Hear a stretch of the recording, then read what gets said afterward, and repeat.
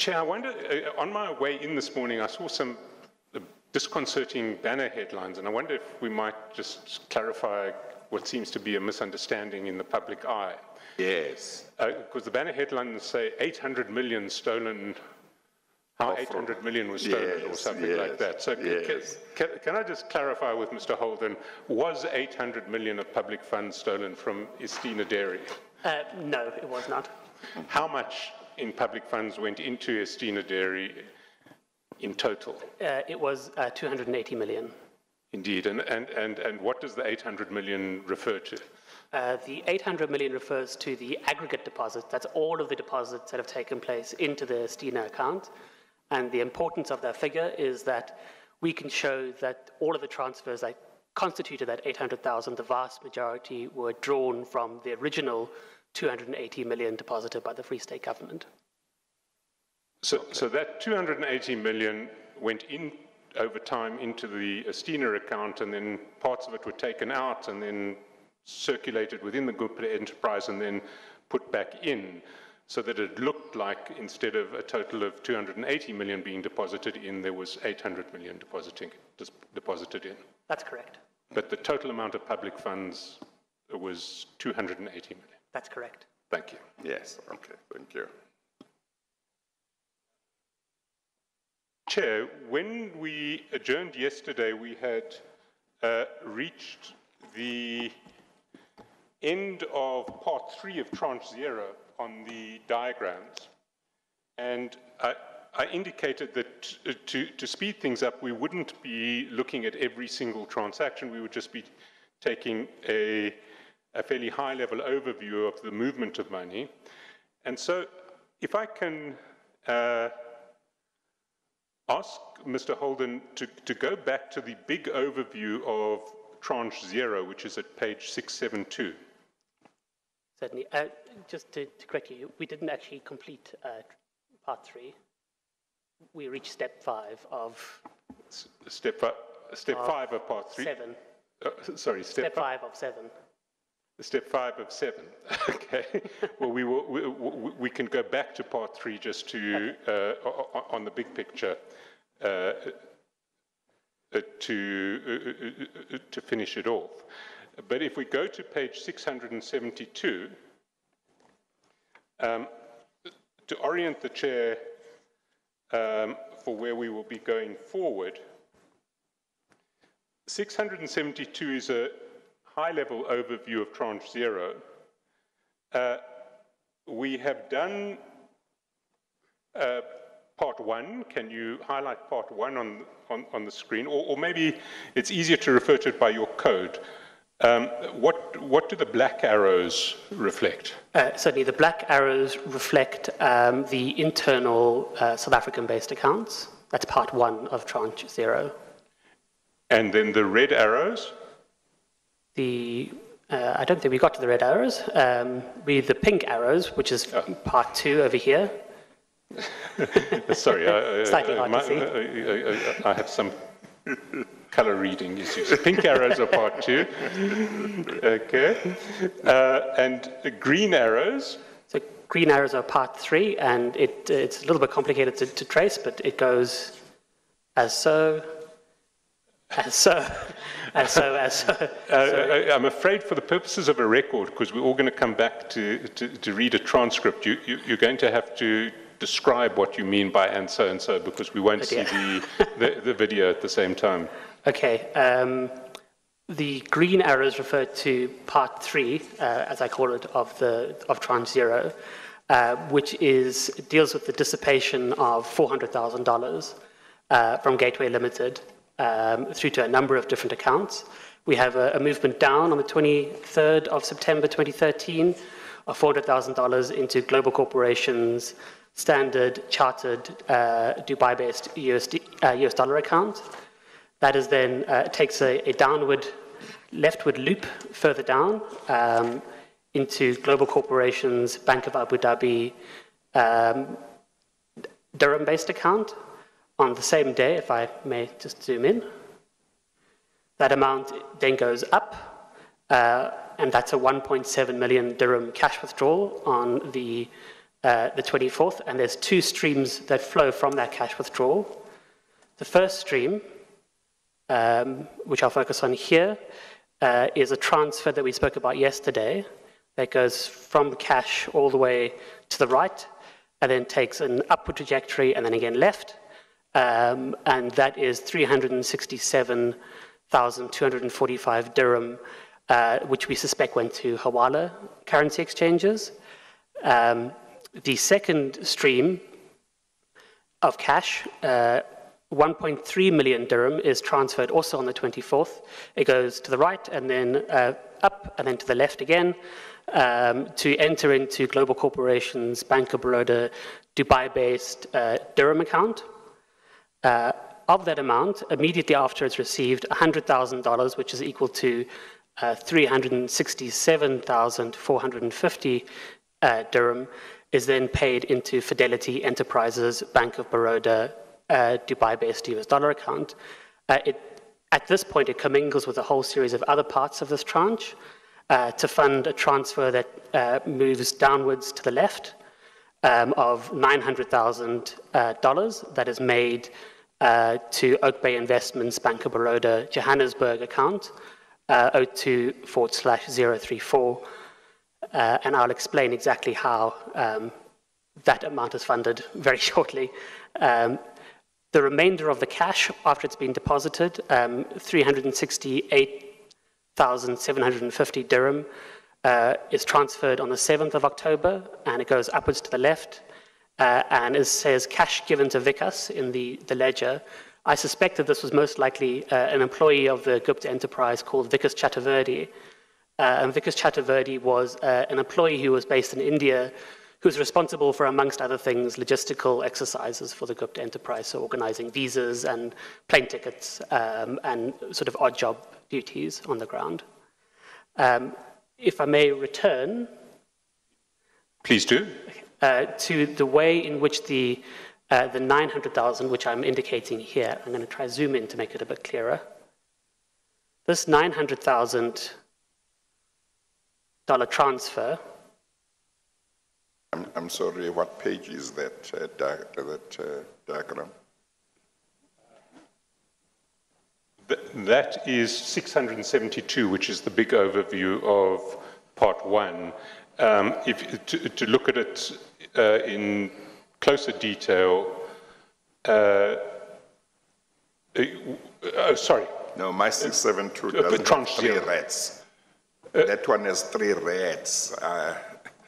Mine doesn't, my 672 doesn't have three red destinations as we.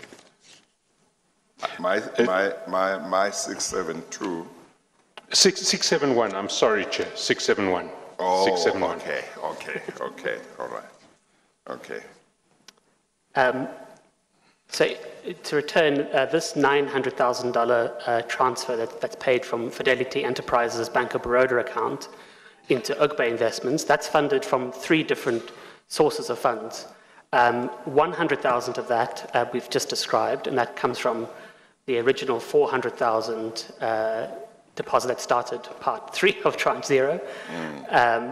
750,000 of that is drawn from a payment in here, which is actually one of the few times we see a transfer in from an outside source in relation to Estina. And it's an amount of $754,755.46 pennies, and that was also transferred on the 24th of September 2013 into Global's Bank of Baroda Dubai-based US dollar account, and it's reflected on the spreadsheet as JJT. We'll explore in quite a bit more detail in further sessions the exact identity of JJT. Suffice to note here that JJT was wholly owned by the World's Window Group and was one of the entities that entered into a series of kickback agreements related to the Transnet flow of funds. I can't definitively state at this point, based on the documents available to me, that this 750,000 definitely derived from those Transnet payments, because at the same time as those payments were being made to JJT and onwards onto the Gupta enterprise, they were also undertaking a whole series of other transactions at the same time around money laundering. So unfortunately, we can't say definitively that this is from the Transnet contracts, but we do know definitively that it is from JJT. That is then, in this account, when we move to a further part 4, there's $50,000 that remains in the Global Corporation Bank of Baroda Dubai account, which brings the balance to $800,000 once the JJT amount has been paid in. And that $800,000 is then transferred to Fidelity Enterprises to join the $100,000 that had been paid in by Global Corporation. And that is then paid onwards as the $900,000 to Uae Investments. So correctly speaking, we can say that from Tranche 0 funds that were paid in by the Free State government, of the $900,000 that is paid to Uae Investments here, we see 100,000 from this part, from part 3, 50,000 from part 4, and as I'll describe in a little bit more detail later, 100,000 from part 5, and a certain amount from tranche 2 as well. Can you then, again very quickly, but so that people can follow what you're doing, also zooming in, can you take the chair through tranche 0, part 4? Certainly. So tranche 0.4 is the blue lines on the diagram. And that's initiated the day after the $3 million is transferred into Gateway Limited Standard Chartered account. $1 million is transferred from Gateway Limited Standard Chartered US dollar account. It moves down on the diagram to Global Corporation's Standard Chartered US dollar account. Of that, 750,000 dirham, which is equal to roughly $200,000, is then transferred down on the 8th of September 2013 into Global Corporation's Standard Chartered dirham-based account. On the same day, that amount is then withdrawn in cash, which we can see going down. Again, on the same day, that 750,000 dirham in cash is then paid into Global Corporation's Bank of Abu Dhabi dirham-based account. And then again on the same day, $200,000 is then transferred on the 8th of September 2013 into a ledger entry that just says Shivani-Ashla Gupta. And as we described earlier, that's the wife and the sister of the Gupta brothers. So 200,000 here is slightly less than 750,000 dirham. The remainder of that $1 million. But before you move off there, can you just indicate to the chair how we see another cash fire break here? Absolutely. So as we've seen in the previous tranche, at this point here, which I'm highlighting on the screen, you see the 750,000 dirham withdrawn in cash. Well, can you go even higher up? Because it's the same entity all the way through. Absolutely. It's Global Corporation, which is receiving the funds. And as we can see with the third part, that was transferred into Global Corporation's Bank of Abu Dhabi to then facilitate the fire break. In this case, the 750,000 dirham is transferred to a Standard Chartered account owned by Global, then withdrawn in cash, and then transferred further onto Global Corporation's Bank of Abu Dhabi account. So without access to, if you were Standard Chartered, for example, and you were looking at this funds flow, you would only see that 750,000 dirham in cash has been withdrawn. You would have no idea where that 750,000 dirham went to. You would need, in order to trace this, the bank statements for Global Corporation's accounts across all of their banks that they hold. So that obviously makes it very difficult for compliance departments, for example, for banks to pick that up. Shall I describe the remainder of that part? Please do, please do. Okay. So of the 1 million that is transferred on the 5th of September 2013, 700,000 of that is then transferred upwards to the right on the, that's 2 days after the payment is received, $700,000 on the 7th of September gets paid into Global Corporation's Bank of Baroda Dubai-based US dollar account. Of that amount, $145,000 is transferred into Fidelity Enterprises, Bank of Baroda Dubai-based US dollar account, which moves sort of diagonally to the right. And then finally, the following day... Sorry, just again for the record purposes to emphasize on part 4 of tranche 0, we're looking at blue arrows. That's correct, blue arrows. And then finally, with this stream, we see on the following day, on the 9th of September, $142,000, which is transferred to an entity that's recorded in the ledgers as Bhatia share purchase. As we can't see the exact recipient account number, I can't confirm exactly what Bhatia that refers to, but it is worth noting that in the Gupta Leaks files, there's quite an extensive set of correspondence indicating a joint venture was entered into between certain Gupta Enterprise companies and a Indian-based coal producer by the name of Bhatia Coal. And I would strongly suspect that this refers to a purchase of Bhatia shares in India. And then finally, to close out this blue line part, the remainder of the 700,000 that had been transferred on the 7th of September, of that, $504,087, which equals 1.85 million dirham, is transferred to the right on the diagram on the 7th of the 9th, 2013. It reaches Global Corporation's Bank of Baroda Dubai-based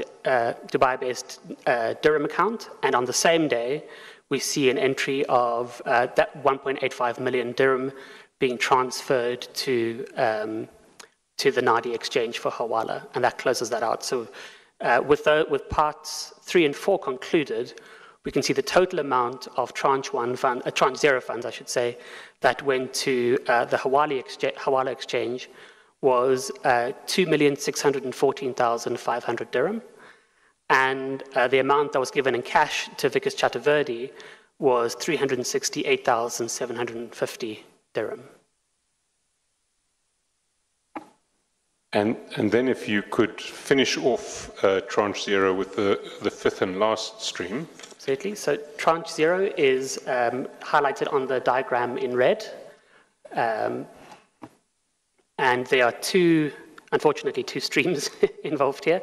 The first stream is a payment shortly after Gateway Limited receives its funds from Estina.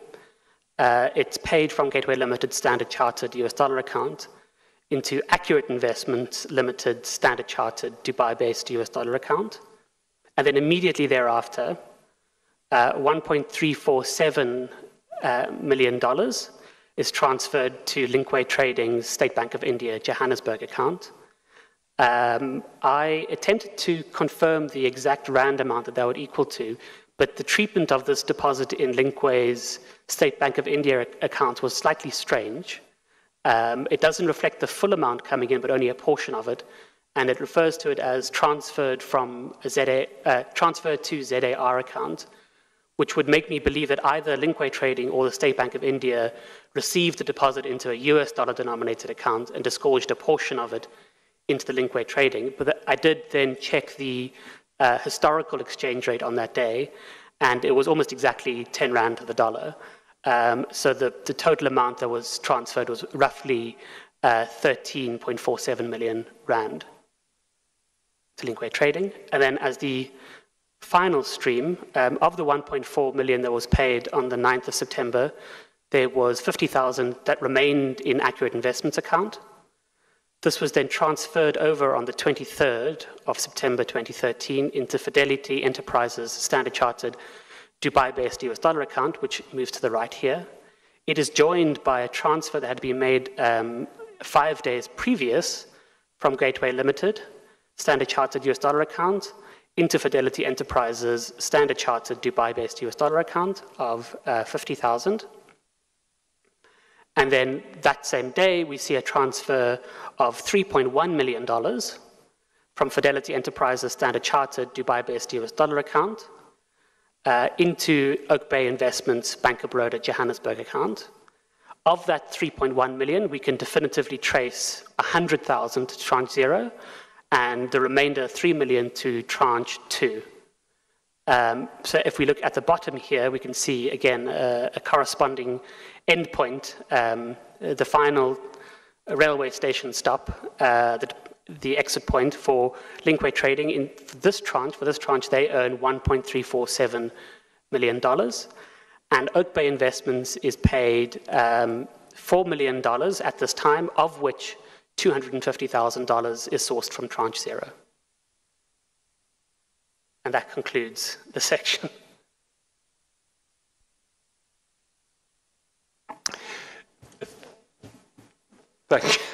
Thank you, Mr. Holden. It is quite a staggering exercise, this, and we're about to get to the worst of the lot, which is tranche 1. So can I ask you to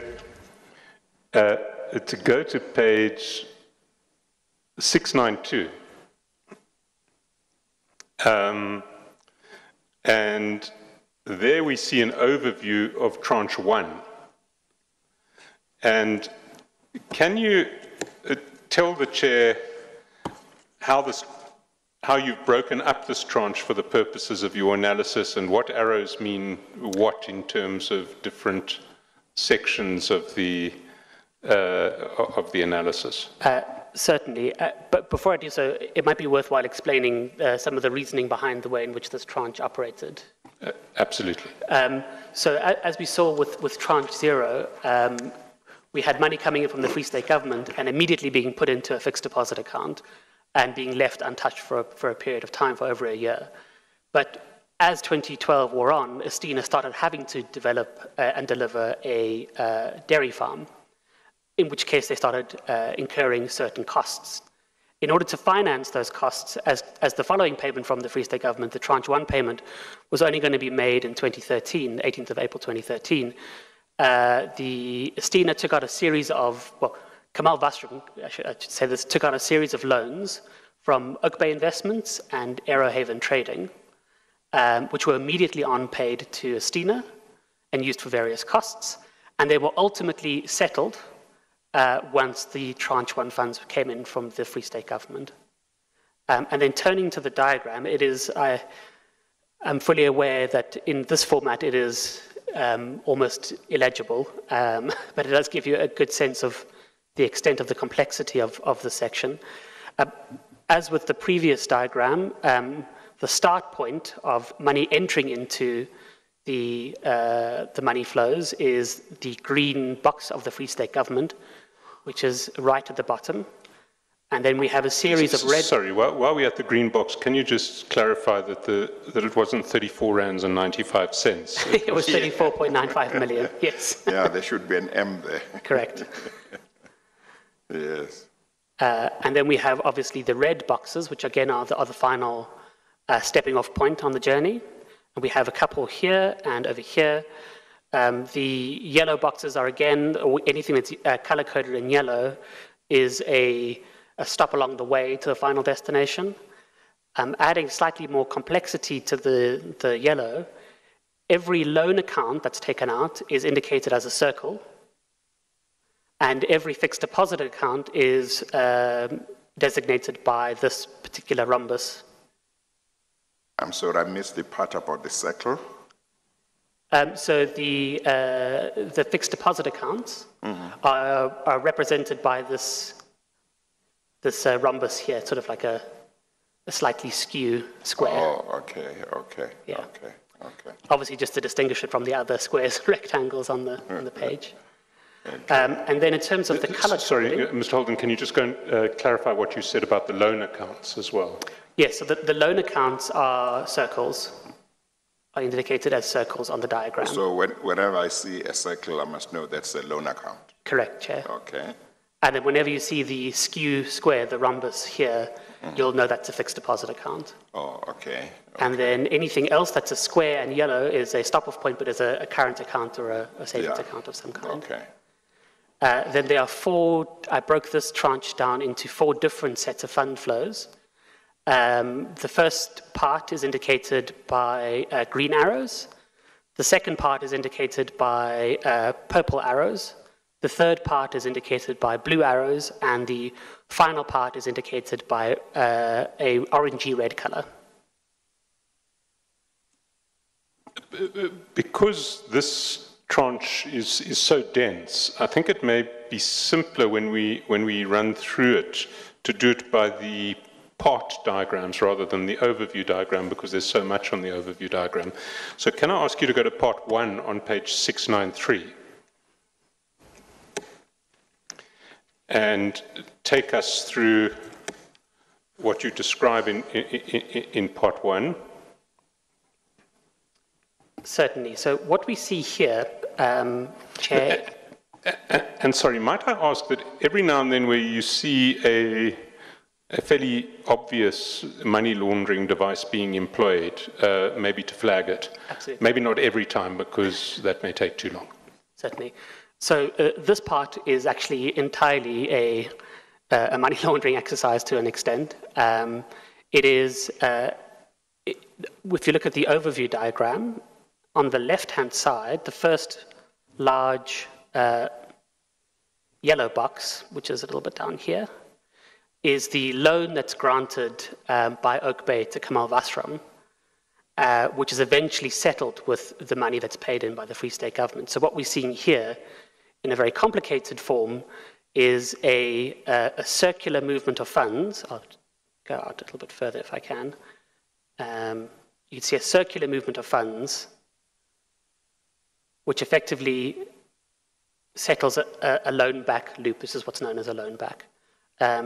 If I can go to, again... And the loan back is settled with public funds, not with Gupta Enterprise funds. That's correct. So none of the funds that are transferred from Oak Bay to Kamal Vasram are actually ever fully derived from Oak Bay investments.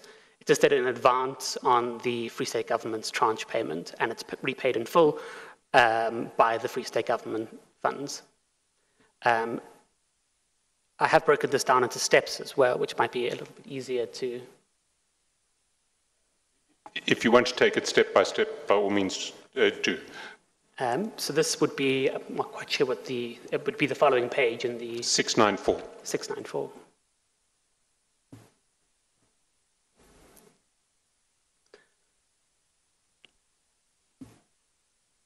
So the first step here is that Oak Bay transfers its loan, which I put in inverted commas, to Kamal Vasram's Bank of Baroda and Standard Bank accounts. In this slide, we see the loan payments made over a period from the, I'm trying to find the earliest payment.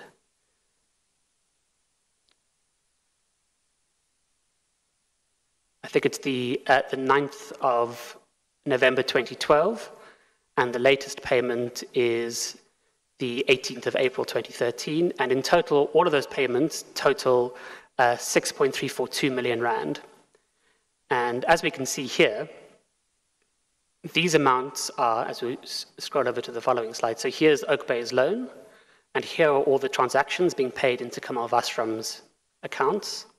The first one up here is his Bank of Baroda account, and the one down here is the Standard Bank account. And if we scroll over to the following step, we see that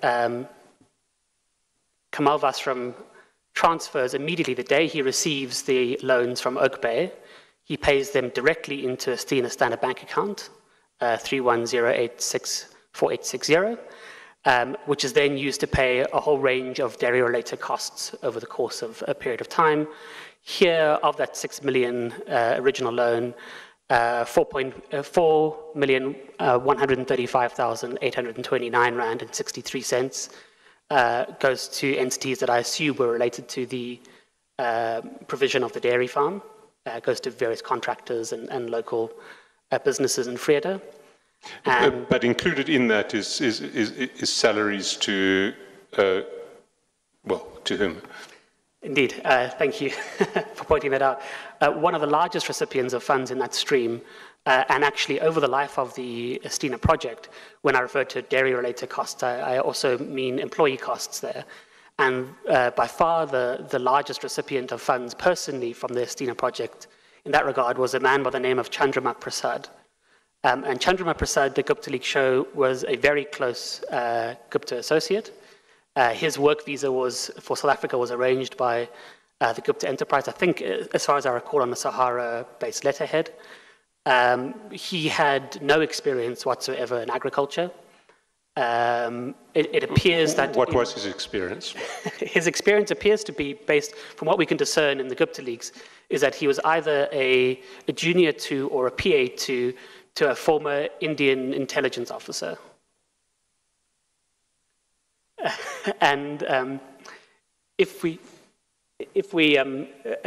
not sure if you recall, Chair, but I think it was a witness by the name of Basan who appeared before the commission at a certain stage, and he described the experience of interacting with Chandrama Prasad. Oh, yes, yes. I think I remember that. That's right, yeah. Where Chandrama Prasad didn't understand why all the cows were dying, and he had to be explained that they can't just survive off grass, but they needed feed as well. Yeah. Yeah, and over time, over the length of the Estina project that we can see, he gets paid just over 3 million rand in this period, so a very substantial salary over this period of time.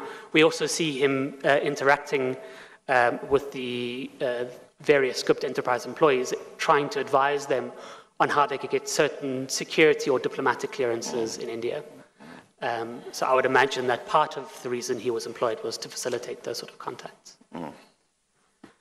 There's also an amount of just under 460,000 that goes to AFGRI equipment in one of your red boxes coming out of the standard.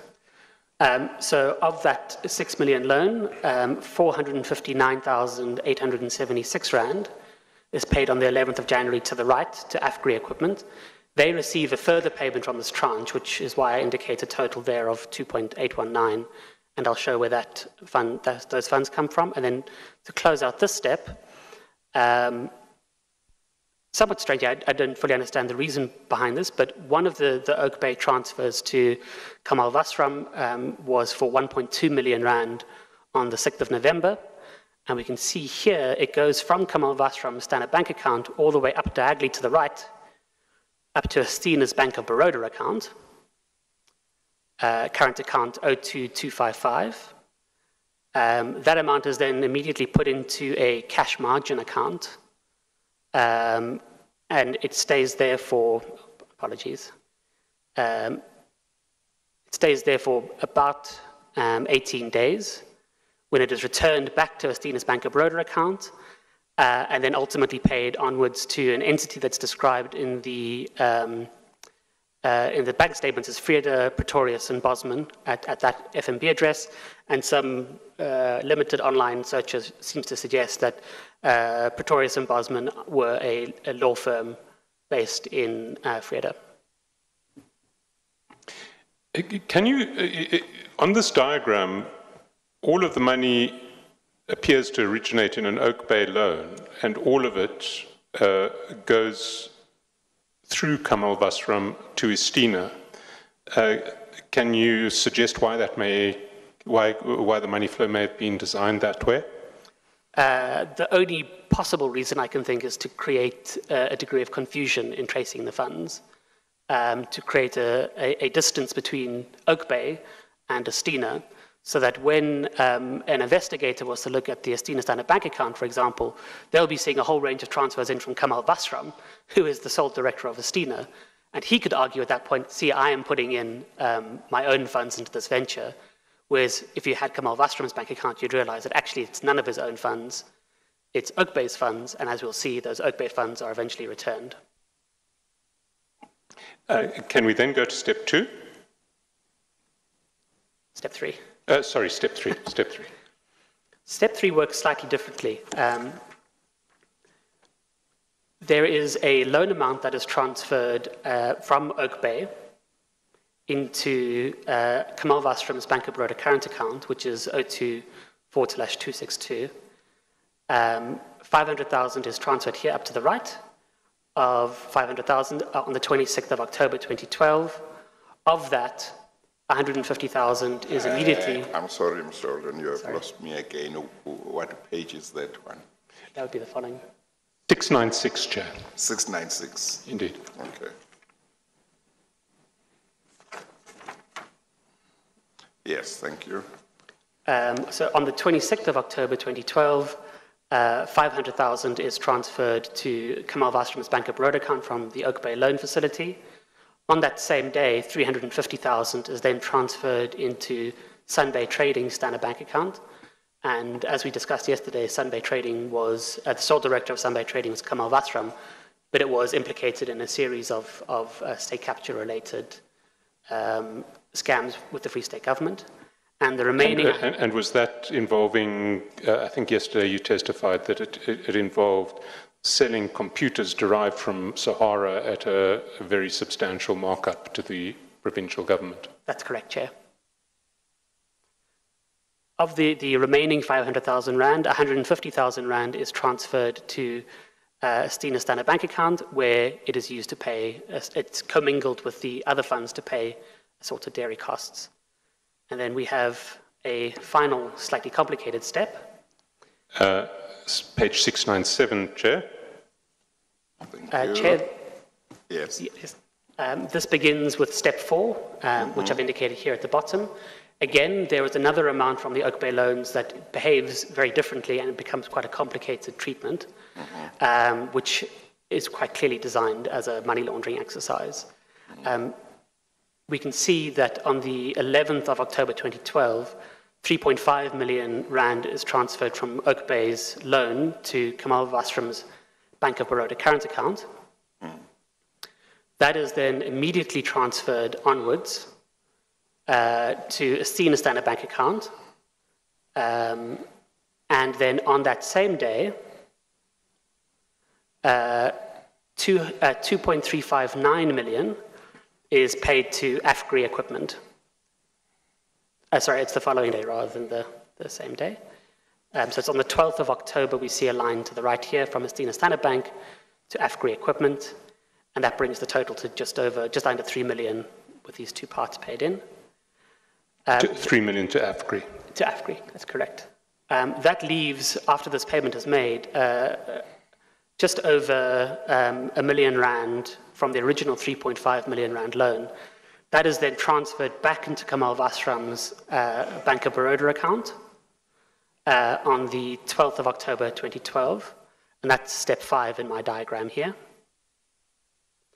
That amount then commingles with another amount in Kamal Vasram's Bank of Baroda current account. Apologies. That would be the missing 950,000 that we were discussing yesterday. Correct. So I suspect that 950,000 might have derived from the tranche 0 payment that was paid to Estina's ABSA account, because there's a payment out of 950,000, and it seems quite a coincidence that that amount then gets reintegrated back into the laundering system. So that 1.05 million rand joins with 950,000 rand and is then transferred into an Estina Bank of Baroda fixed deposit account. So again, what's noticeable there is it's not a Kamal Vasram Bank of Baroda fixed deposit account. He's transferring funds from his own account to create an Estina fixed deposit account. This current account remains active for just over 5 months, if my math is correct. No, apologies. It is. It's just under a year. Just under a year. Apologies. 2 million rand is then transferred from that fixed deposit account into Estina's Bank of Baroda account. At that point, on the 4th,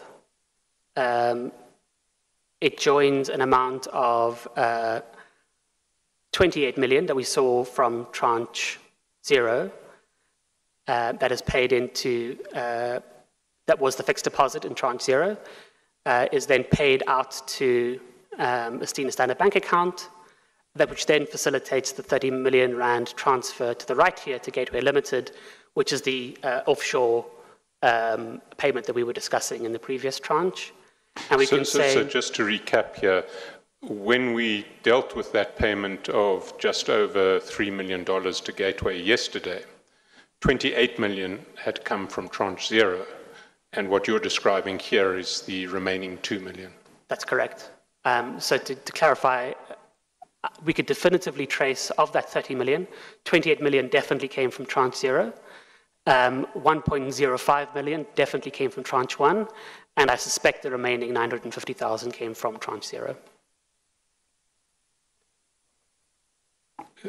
Then, if you can complete the loan back story. Yes, which is on the following. That is then on page 698. So thus far it looks like this entire money flow has been funded by an Oak Bay loan. That's correct, Chair. And what we see now is the Free State government paying in money sufficient to now settle those loans. So that happens as step 7 on my diagram here. On the 18th of April 2013, 34.95 million rand, here I've included the M, so it's not 34.95 rand, is paid from the Free State government into a Estina Standard Bank account. That is then 10 million of which is then transferred immediately on the 19th of April 2013 into Estina's Bank of Baroda current account 02255, and then again on the same day, that is then placed into a fixed deposit account as step 8, with the account number 03/245. This is where things get very complicated.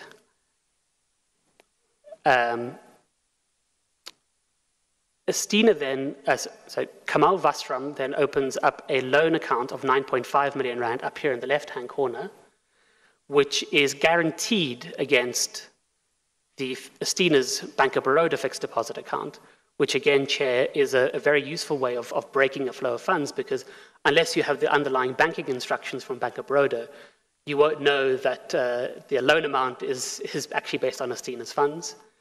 That 9.5 million is then transferred out over the course of 3 days in one payment of 5 million, and one payment of 4.5 million on the 19th of April 2013 and the 22nd of April 2013, respectively. It gets paid to Oak Bay.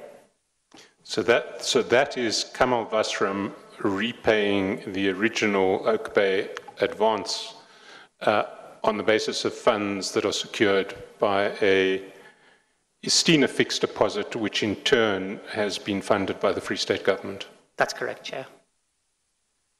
And then the final step in this particular loan back scheme is step 10 up here, which is that finally on the 14th of October 2013, the fixed deposit account is closed and the proceeds are paid back into Estina's Bank of Baroda current account 02/255.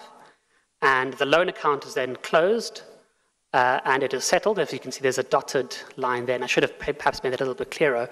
When I indicate a dotted line, it is a fund flow based on a guarantee rather than an actual fund flow, if that makes sense. And then here we have the loan get settled by the fixed deposits closure. That happens on the 14th of October 2013.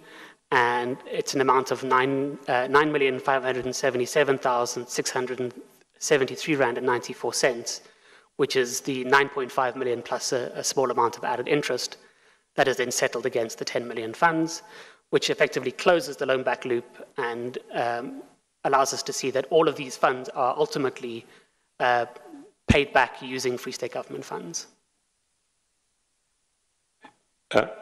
That's the end of part one of tranche 1. Before we get to part 2, maybe if we can go back to the big picture, which is page 692, so you can show us where part 2 is going to fit in. Certainly. So part 2 on the big diagram is indicated by the pink lines.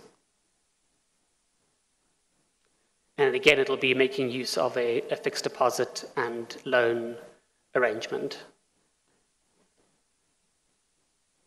And it eventually pays out funds to Vargafield, Linkway Trading, and on assaulted dairy costs as well. Can we then go to the close-up of part 2, which starts on page 699? Certainly, Chair. What we have here is effectively another loan back scheme using Oak Bay, in which ultimately the funds are repaid using Free State government funds. If I may go to the next page to start the stepwards discussion. Okay. That would be page 700, Chair.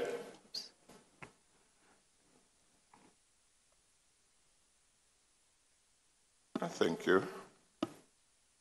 Okay, so on the 18th of April, the first step is the deposit in from the Free State government of 34.95 million rand. Goes into Estina Standard Bank here to the right.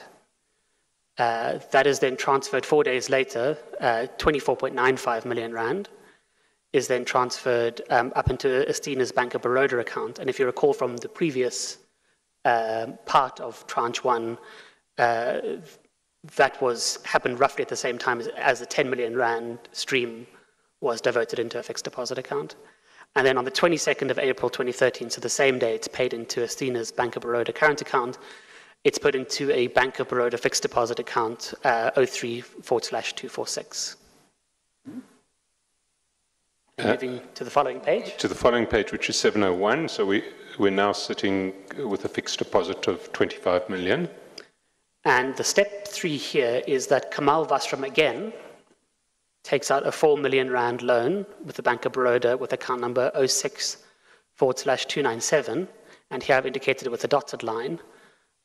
He takes it out against the Estina Bank of Baroda fixed deposit account, which, as we saw previously, was a good way of breaking an electronic flow of funds. You wouldn't be able to see that that's where it's derived from. That 4 million rand ultimately ends up back in Estina's Standard Bank account, operating according to the standard Oak Bay loan back. But what we saw here, which is quite interesting, when we were looking into this particular payment, once I received the statements from the Commission, is that the Bank of Baroda loan account for Kamal Vasram, the 4 million rand loan account, if you look at that statement, when it's in the withdrawal figure, it actually states that it's going to Oak Bay Investments. But it goes to no Oak Bay Investment account at all. Instead, it turns up in Estina Standard Bank account with the reference Kamal Vasram. So what I suspect happened was that the Bank of Baroda knew quite well that this amount was ultimately going to be paid on to Kamal Vasram anyway, and skipped a step, and instead of paying it into Oak Bay's account, just paid it directly into the Estina Standard Bank account with the reference Vasram.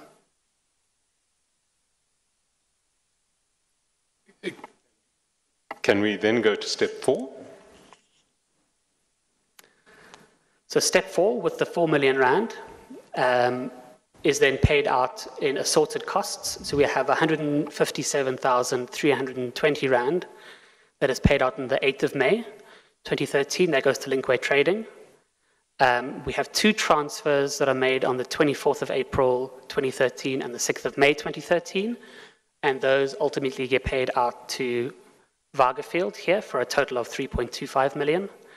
And then there's an approximate amount, because there's a slight difficulty in disaggregating the exact funds flow at this point from the Estina bank account, but according to my calculations, approximately 358,739 rand of that 4 million rand loan is paid on assorted dairy costs. And then if you can do step 5 on page 703. Certainly. Chair, step 5 effectively closes this loan back system. On the 14th of October 2013, Estina's Bank of Baroda fixed deposit account is closed, and the proceeds are paid into Estina's Bank of Baroda current account 02/255, and then it is used to pay back the loan over here to the left, going up to Kamal Vasram's account, which then closes Kamal Vasram's 4 million rand loan account. The total amount that's paid to settle it is 4,035,131 rand and 32 cents. That's paid on the 14th of October 2013, which is the 4 million rand original amount plus 35,000 rand in interest that had been accrued in that period. And that's the end of part 2. If we go over the page to 704, we see a diagram of part 3 of this first tranche. And again, maybe before we get into any detail there, if we can go back to the big picture of the whole of Tranche 1 on page 692. Can you show the Chair on 692 what we're going to be looking at now? Certainly. So Part 3 funds are indicated on the big diagram in blue lines. And effectively what we have here is another loan back scheme being used. This time, however, it is not Oak Bay that is paying out a loan, it's Arrowhaven. And Arrowhaven, as we discussed yesterday, is another Gupta enterprise company in which Ronika Raghavan is the primary director.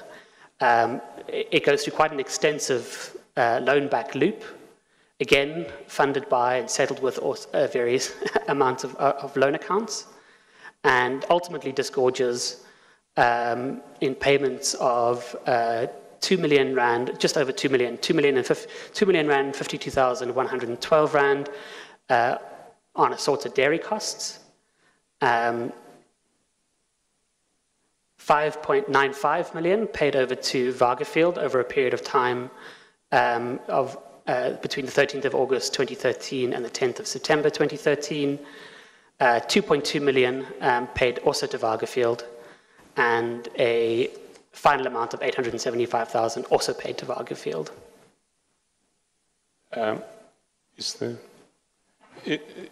Does Gateway not pick up a little amount as well? Oh, correct, Chair. And then there is an amount of approximately 3.52 million rand that derives from Tranche 1, Part 3, which we'll turn to now, that goes to Gateway Limited as part of a bigger 4.57 million transfer. That transfer is funded with funds from this tranche and also tranches 2 and 3. And when you say 4.75 million, you're talking dollars, not rands? No, that's rands.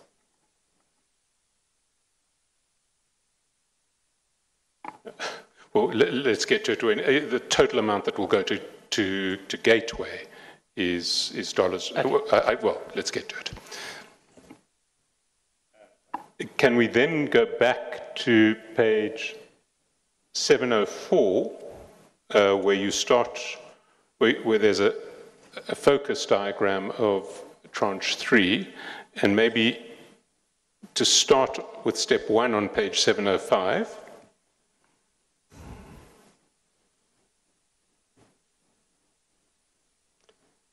So as we discussed previously, this step starts with the 34.95 million rand payment into Estina Standard Bank account by the Free State Government, which is then placed into the Estina Bank of Baroda account, and then that creates the 25 million rand Estina fixed deposit account, which we described in the previous part.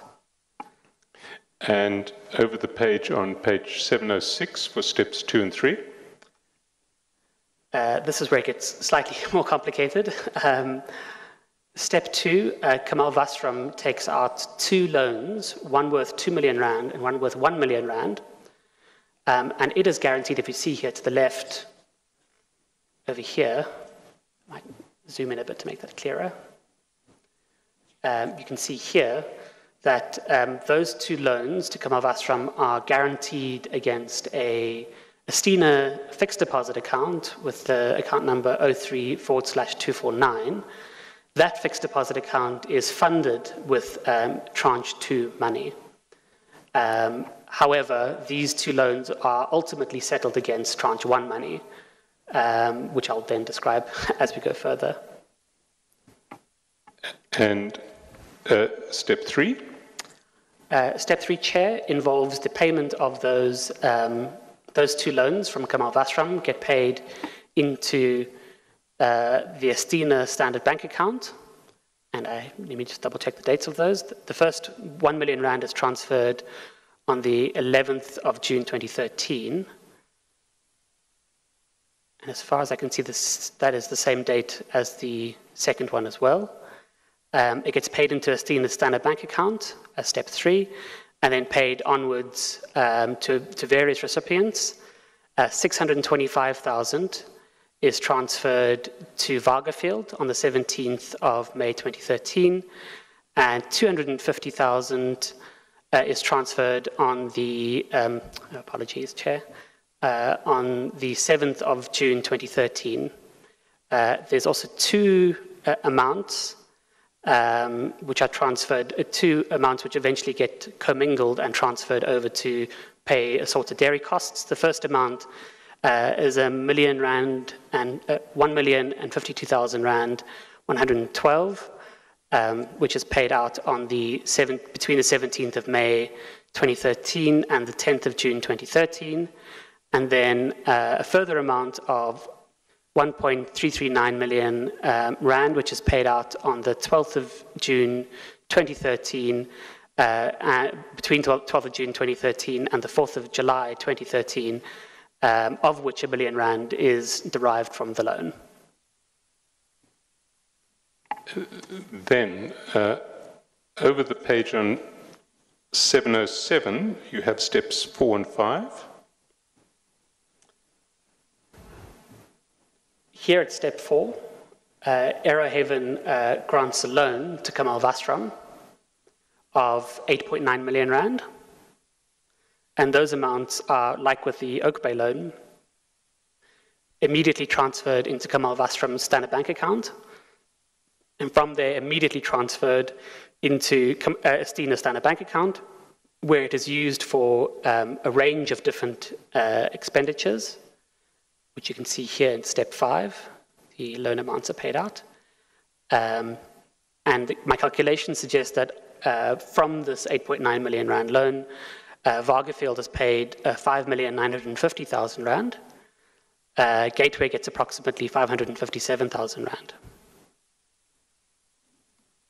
And that 557 will form part of a much larger payment. A much larger payment. You've got 19.78 million. That's correct.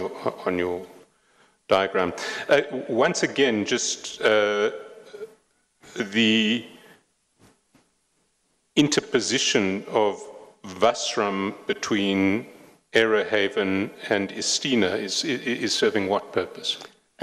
Chair, I suspect that the primary purpose, well, I suspect two primary purposes. The one is to make the tracing of the funds slightly more difficult.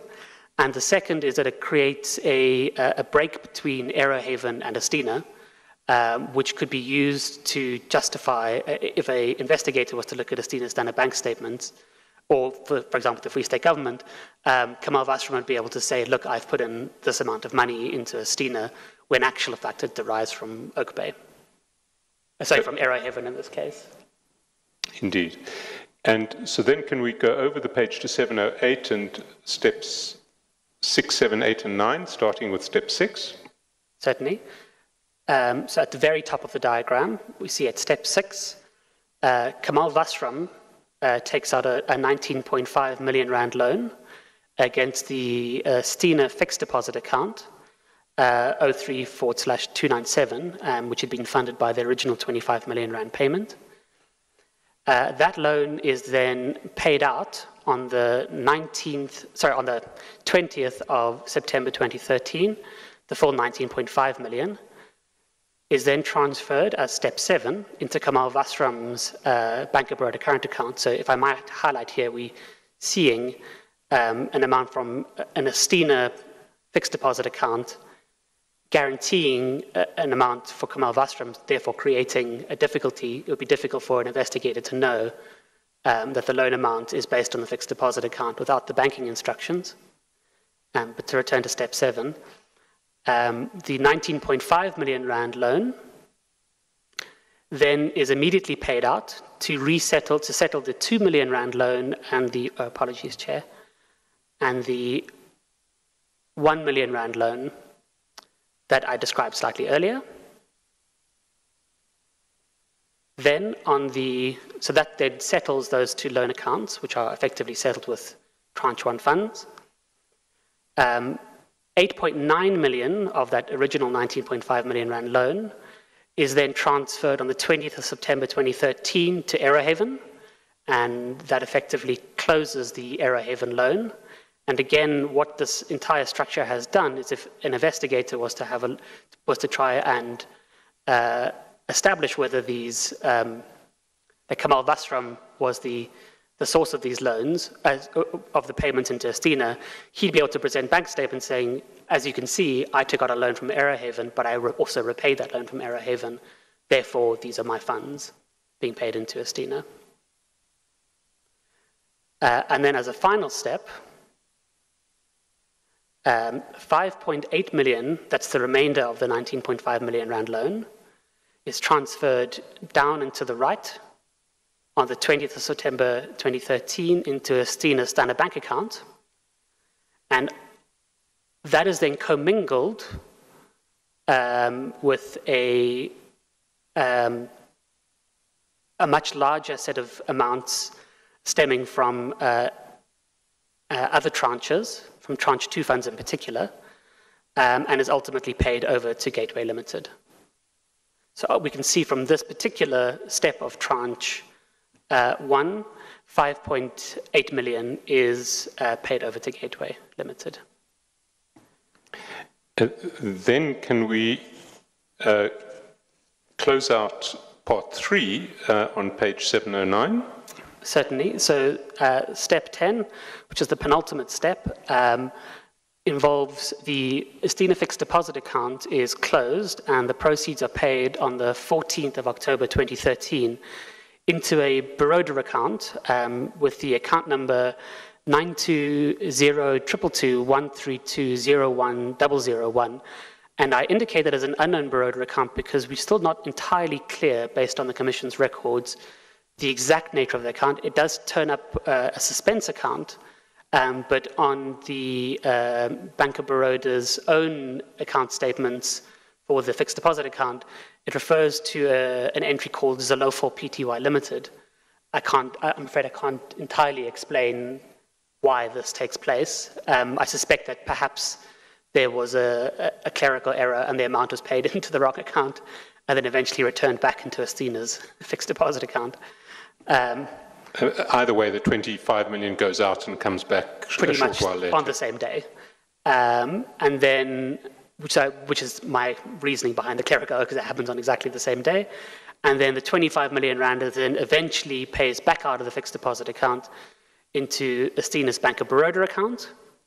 And then mercifully, as the final step, the 19.5 million rand Kamal Vasram loan is then settled with the closure of the fixed deposit account. And that is settled with a payment of 19,593,066 rand and 61 cents. That's paid on the 14th of October 2013, which would be the 19.5 million plus roughly 93,000 rand in interest accrued. And then at page 710 we have part 4, which is mercifully simple. Maybe, once again, just for orientation purposes, if we can go back to 692 just to see where we are in the big picture.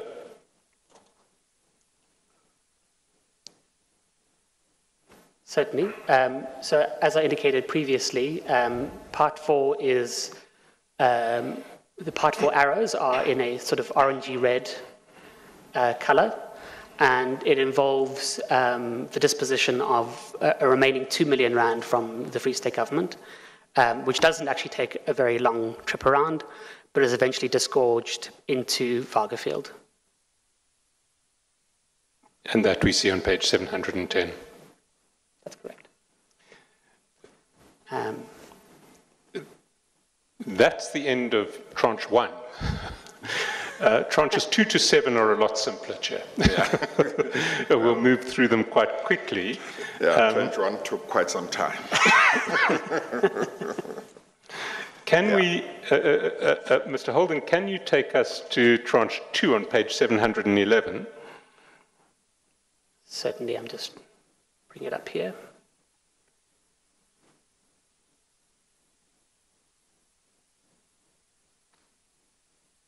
It has appeared to be disagreeing with my computer, but we have it up now.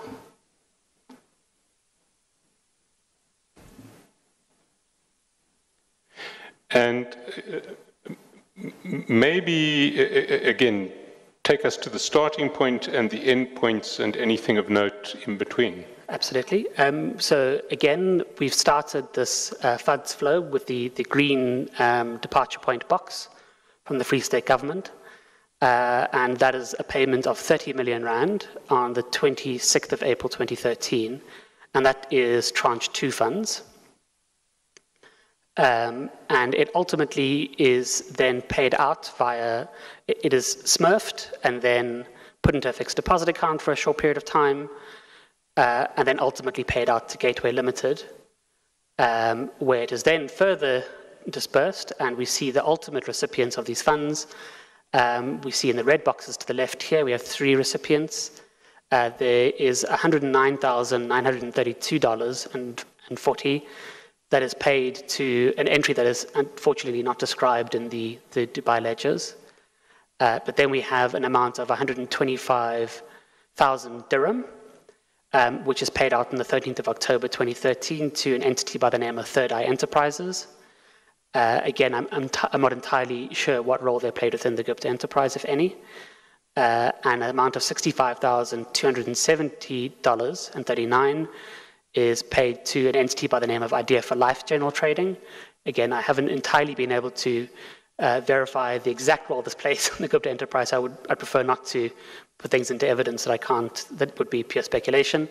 And then the final amount is not yet the final amount. There's apologies. Further down the page, I've scrolled in too quickly.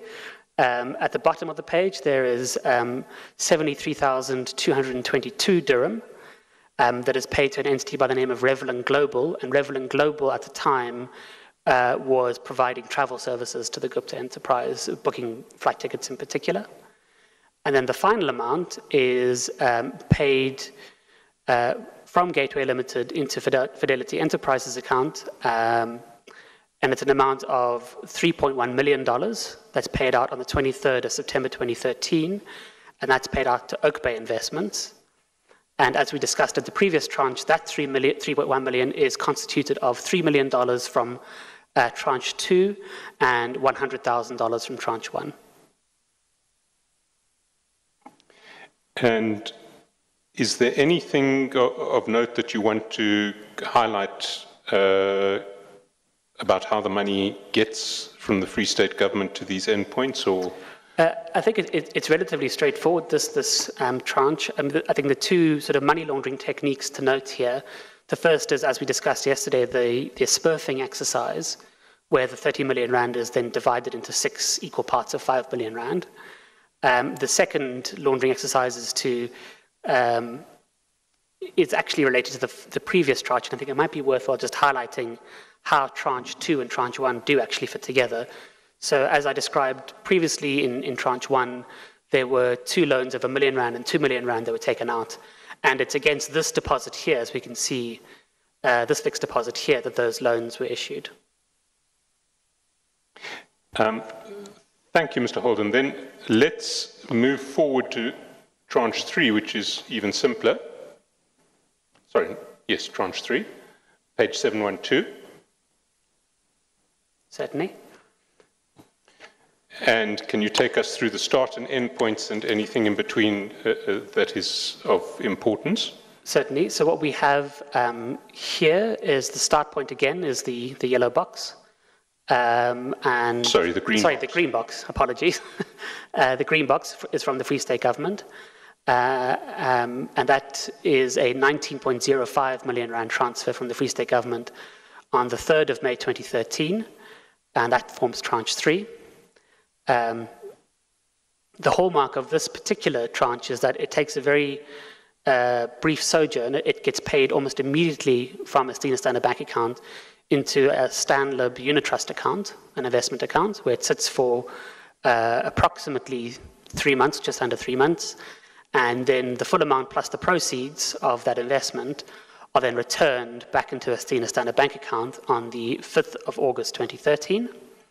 So what we can see here is that by having access to the Free State Government funds, the Gupta enterprise has, by investing it in the Stanley Bedford Gardens account, earned 222,000 Rand for doing very little. On the 5th of August, I should also mention that, so on the 5th of August, the full amount is transferred back into Estina Standard Bank account. There it commingles with an amount of 1 million Rand from an Aerohaven loan that was originally sourced from tranche 1. Once that's commingled in the Standard Bank account, 100,000 goes to... Sorry, just to clarify that Aerohaven loan is a loan to Kamal Vasram. That's correct. Which then goes into Estina. That's correct. Thank you. Sorry, apologies, Chair. On the 7th of August, on the 2nd of August, of that 1 million Rand loan back, 100,000 is transferred to Kamal Vasram's personal account.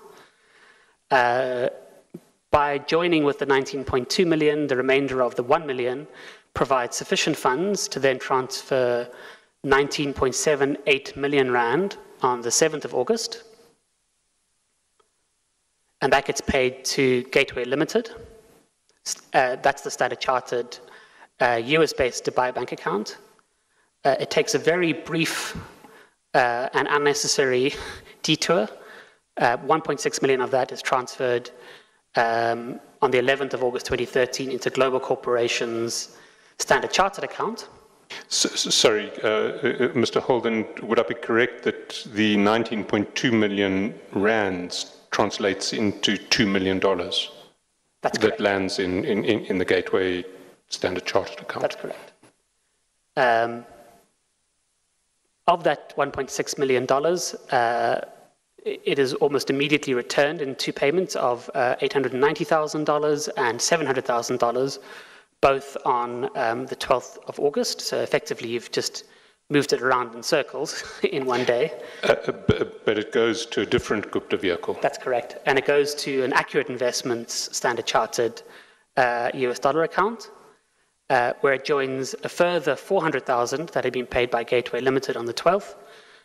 All those commingled back together, which is effectively the amount that had been transferred earlier. $1.986 million is then transferred out on the 12th of August 2013 to Linkway Trading.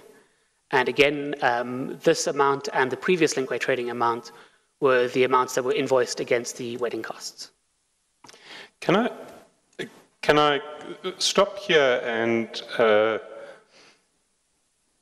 maybe highlight a different laundry device that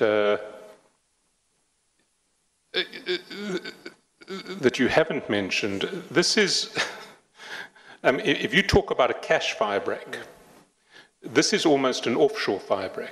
Because what we see here, I'd like you to comment on this. What we see here ultimately is 19.05 million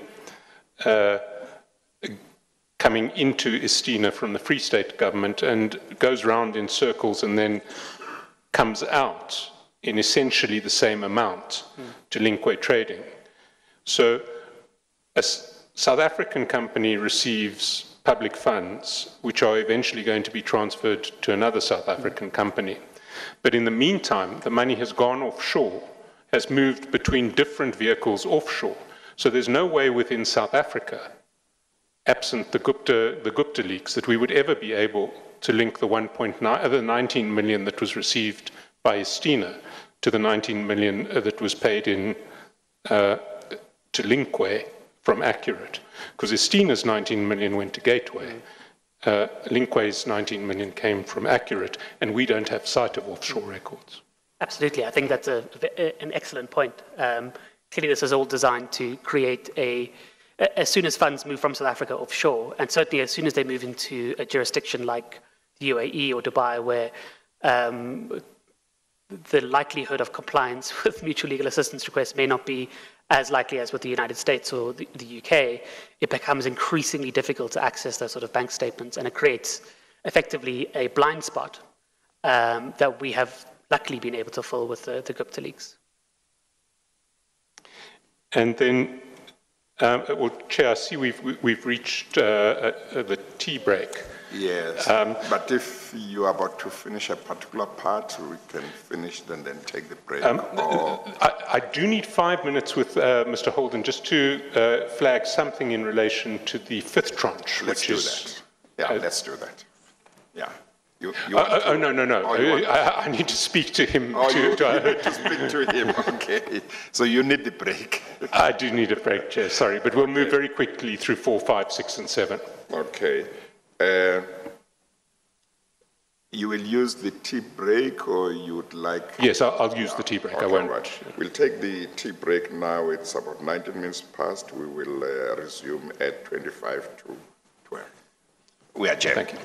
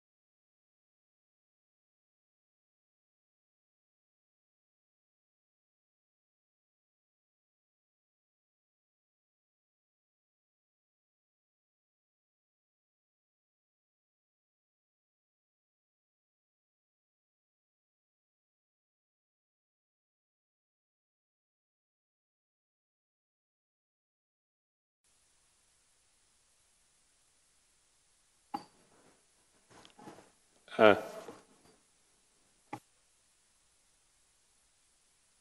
let's continue.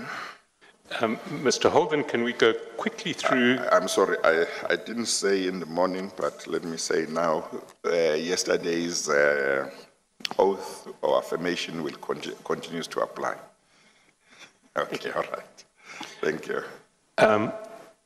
Mr. Holden, can you take us quickly through tranche 4? Again, the starting point and the end points, and anything between of consequence. Certainly, Chair. The starting point here is again in the green box. I think you might need the page number. Page 713, Chair. 713, okay. So, yes. Chair, it's initiated with the 29.95 million rand transfer. That's the tranche 4 transfer from the Free State government, which is paid into a Estina Standard Bank account. And without going through every single transfer, as you can see, it's quite complicated. It effectively operates the same way as the previous tranches, which involved a loan back, in which you can see the amount that's paid in by the Free State government is paid into Estina's Bank of Baroda current account, and again used to open up a fixed deposit account and another loan amount. I think what you're indicating is, to the Chair and to anyone who's watching, I think you indicated the loan and the fixed deposit incorrectly. So you indicated the loan as the fixed deposit and the fixed deposit as... Oh, no, you... I have, but I reversed you've used the wrong shapes. Yes, this is my lack of visual acumen. This is supposed to be this shape, the rhombus shape, rather than a circle, and that's supposed to be the circle up here. But what you have effectively is 25 million rand put into a fixed deposit account, which then secures a loan for Kamal Vasram. And the purpose of that loan is that, again, we have another Aerohaven loan back system, which starts up here.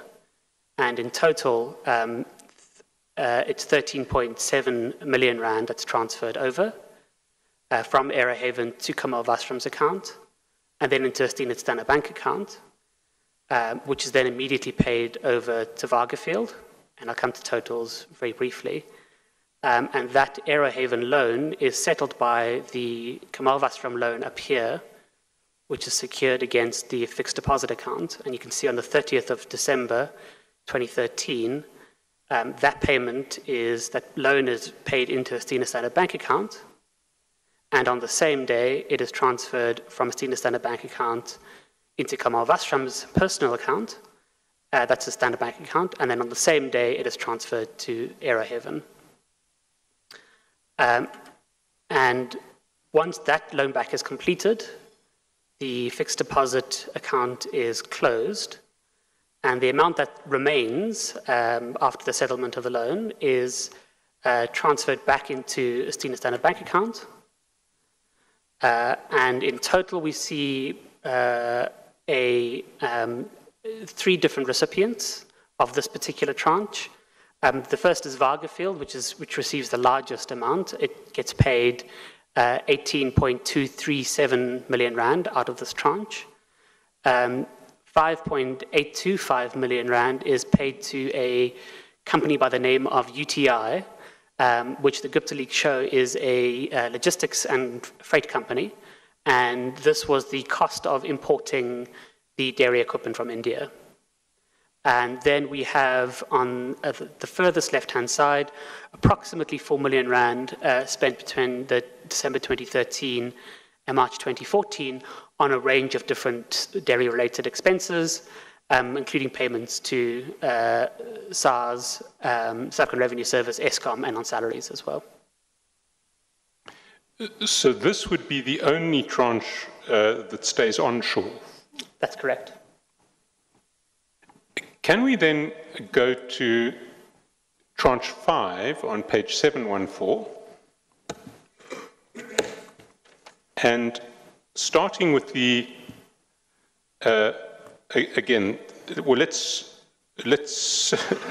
start with the endpoints and go back to the start points, because there are some questions I'd like to ask you in relation to the start points. So we should start with the endpoints. So if we start with the endpoints. Okay. Well, the endpoints after this particular tranche, Era Haven earns 3.2 million rand by being participant to a loan-back scheme. Vargafield is paid an amount of 19 million rand, of which 14.3 million rand is from tranche 5. And then the remainder of that tranche is then paid out to Estina's FNB account, which they then subsequently use as their main banking account. And we can see 2 payments into Estina's FNB account. The first is on the 21st of November 2014 of 3,890,752 rand and 40 cents, and a payment of 15.79 million rand on the 5th of August 2015, bringing the total amount that's transferred from Estina's Standard Bank and Bank of Baroda accounts into Estina's FNB account of 15.79 million rand. Can we then get to the start points? So the first one is Free State Government. Well, can you take us through the start points? Certainly. Chair, so the first start point, well, actually, the first I've indicated on the diagram, but it's actually not first chronologically, is the 30 million rand that gets paid in by the Free State Government on the 25th of July 2014.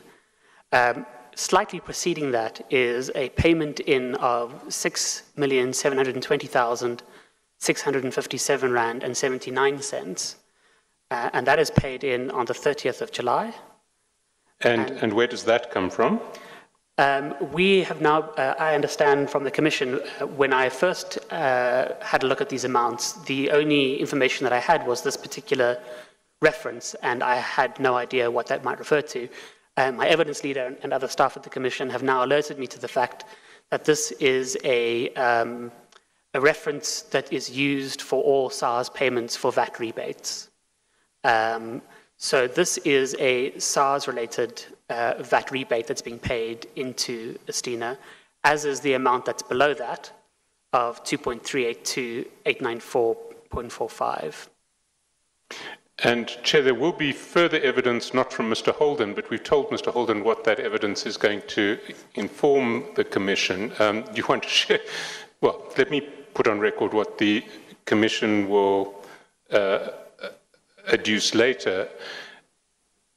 A far greater amount than the VAT that was paid back in respect of these 2 payments was VAT that was fraudulent, well, was VAT that was fraudulently claimed in respect of payments to Vargafield, who invoiced with a VAT number that doesn't exist.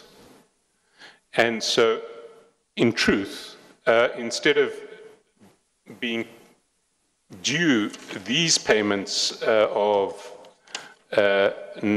just over 9 million in aggregate from SARS, Estina's true position was that they had claimed VAT. They had claimed VAT in respect of Vargafield inputs that was, let me just get the exact figure.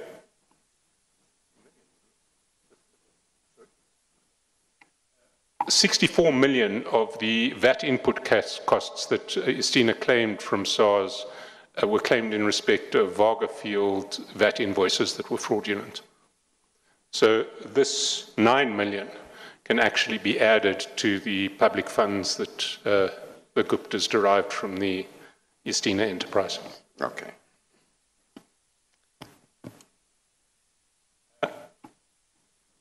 And then, if we can move then to tranche 6 on page 715.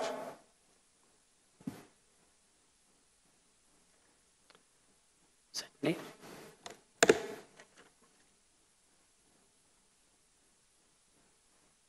And can you take us through the start points? Certainly, Chair. Again, on the far left, as indicated with the green boxes, there's an amount that comes in to Estina's FNB account of 15.79 million rand. that ultimately derived from the previous tranche, and that's paid on the 5th of August 2015, and on the same day an amount of 60 million rand is transferred from the Free State Government on the 8th of May 2015 for 60 million rand into Estina's standard bank account.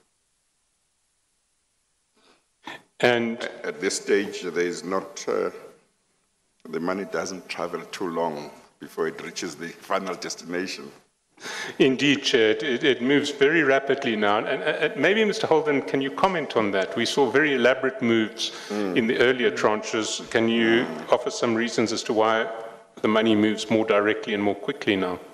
Certainly, by this point, Estina's formal role within the Estina Dairy project had been terminated by the Free State Government, and they had already received an undertaking from the Free State Government that they would be paid the remainder of the investment amount. However, Estina had been relieved of the obligation to prove that they had invested their own funds. So at this point, there was no need to generate a false set of inflows of funds to make it seem like more money was being invested by Estina.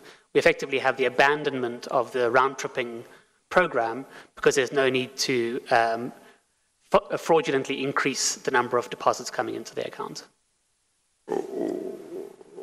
Was it also not a sense of security, maybe peace of mind that nothing would ever happen, that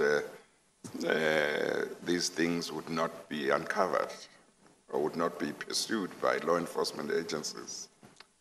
I think that's a pretty good assumption. I think we see at this point that by May 2015 at least, already quite a substantial amount is known about the Gupta Enterprises' involvement in the dairy project, yet there seems to be absolutely no movement towards an investigation, and where investigations are undertaken by ENS Forensics and by later by the Public Protector in a temporary report, a preliminary report, sorry, those recommendations are effectively ignored. So I think at this point, the participants in the scheme would be, I think, very, very justified in feeling safe at this point. Yes, thank you.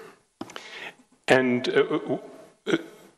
can you briefly describe the endpoints here? Certainly. So after a very brief sojourn in an F&B investment account and then into an F&B money market account, the funds are eventually paid out. Vargafield is paid here at the bottom right-hand corner. It is paid 3,416,479 rand and 10 cents. Gateway is paid 45 million and 91,652 rand and 50 cents.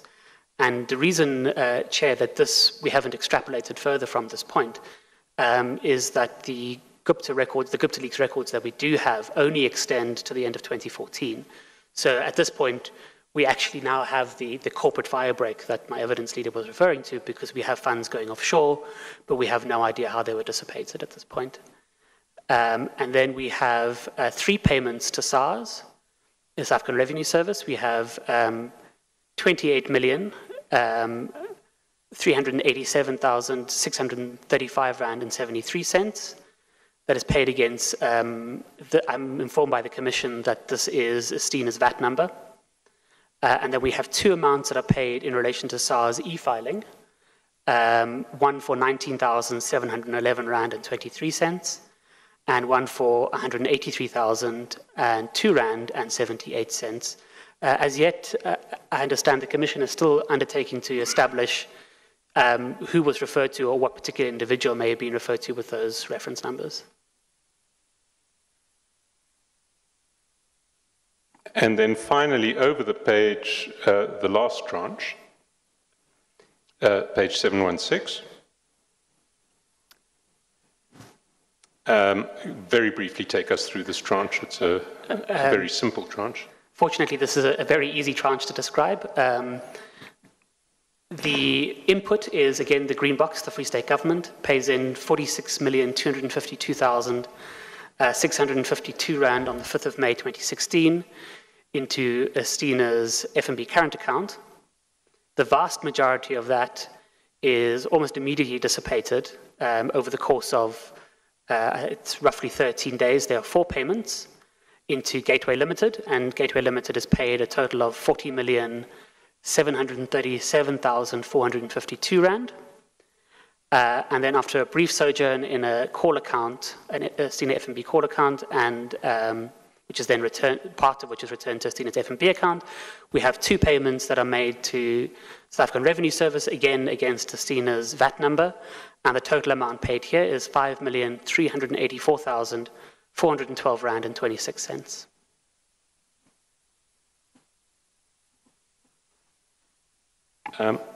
Chair, that completes our evidence on the Estina money flows. Mr. Holden is now going to move to discuss some of the Transnet kickback money flows. Yes. And for the most part, those are addressed in Bundle 6, Chair. Okay. So this bundle can be put away. Not forever. Yeah. Because we will come back to the ledgers in this bundle when we are describing some of the Transnet kickbacks to follow their movement offshore. Oh, okay.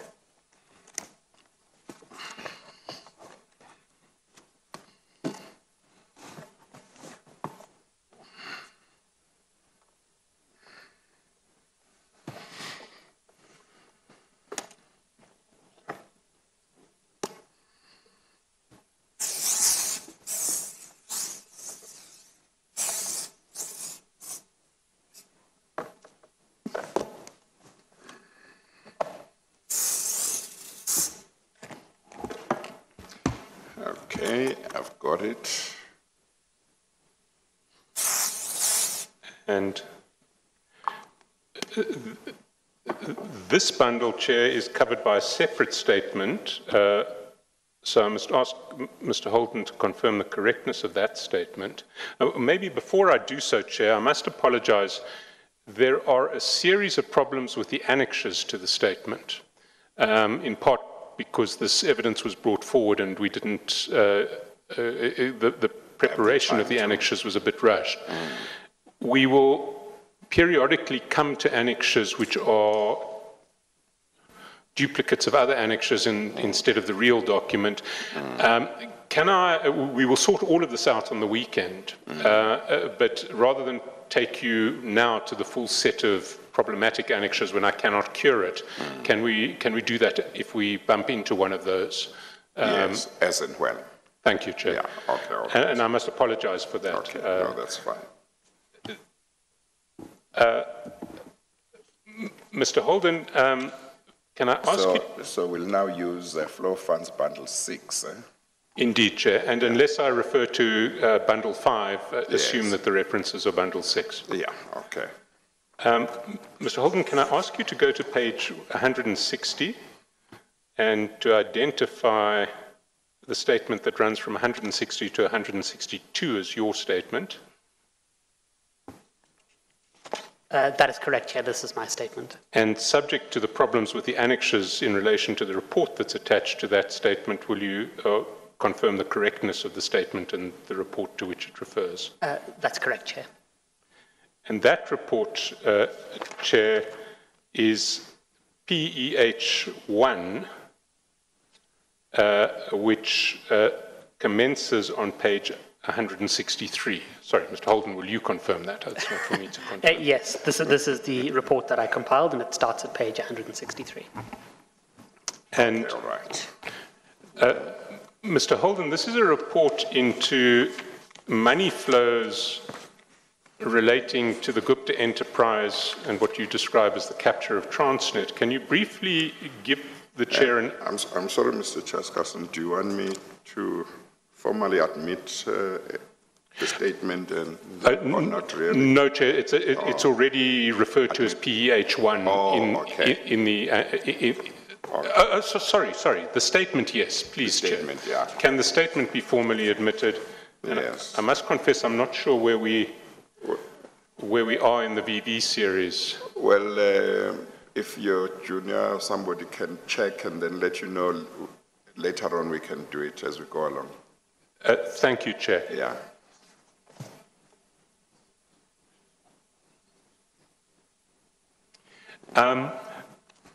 Mr. Holden, can you briefly describe to the Chair which contracts and which money flows you'll be considering in this statement? Sorry, in this report.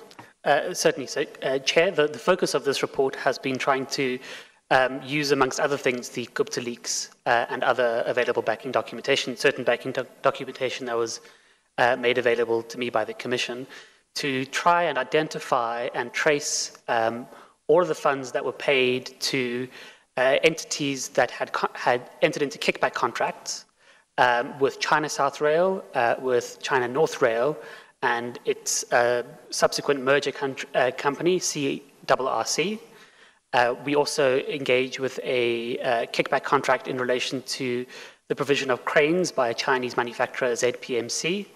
And then finally, we also examine the flow of funds in relation to payments made to the Gupta enterprise by Liebherr.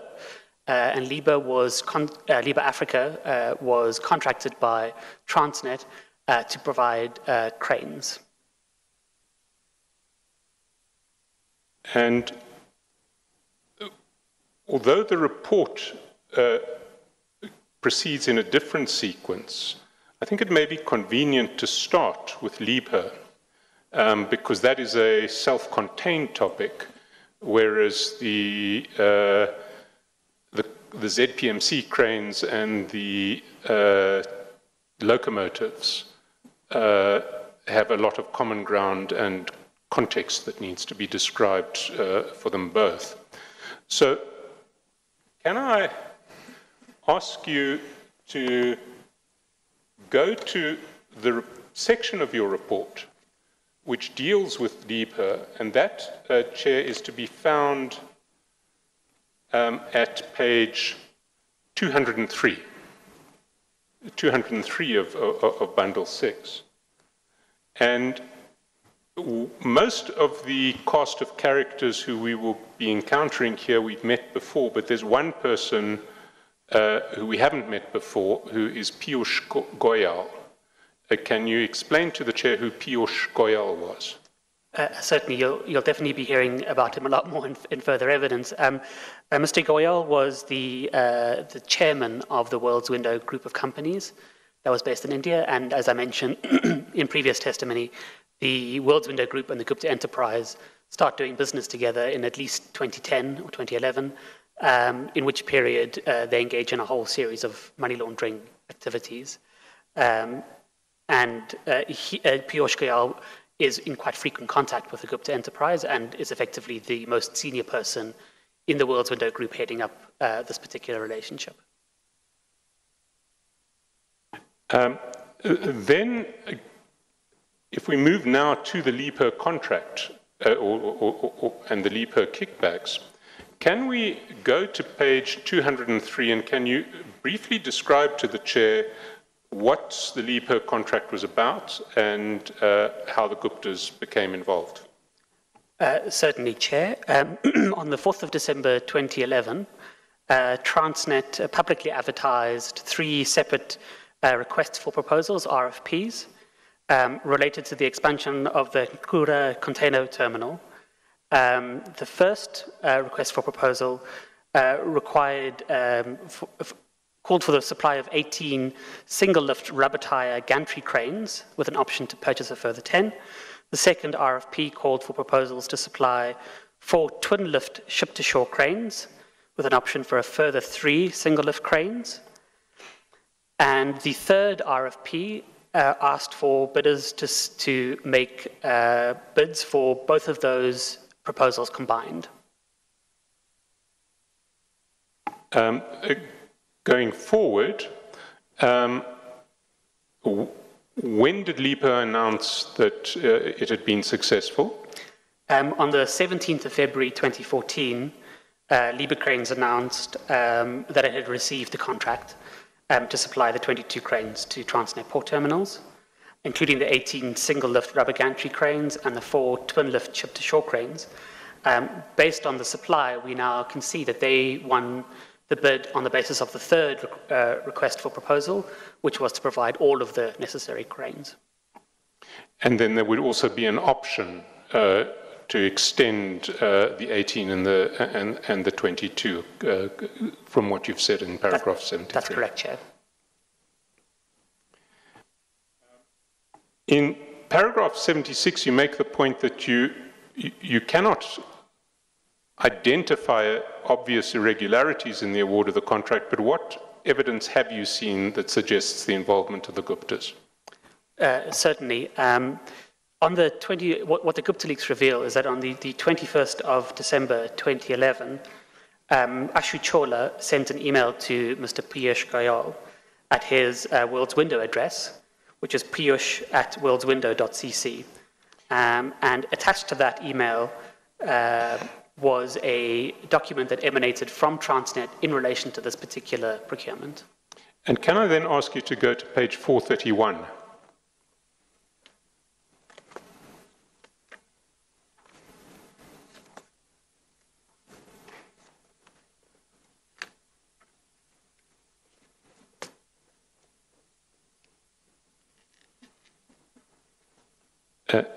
Is that the email to which you're referring? That is correct. And can you situate that again for the Chair in the chronology of the tender? Certainly, that would be roughly 9 months subsequent to the first advertisement of the request for proposal. Is that correct? No, I'm afraid it's not. I'm confusing February 2014 and February 2011. If you go back to your paragraph 73, you'll see when the RFP was advertised.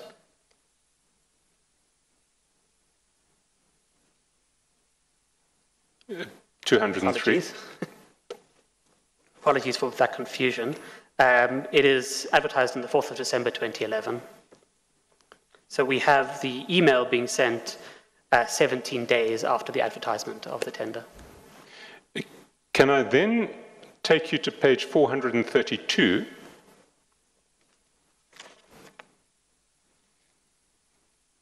And is this the attachment that went with the email? That is correct, Chair.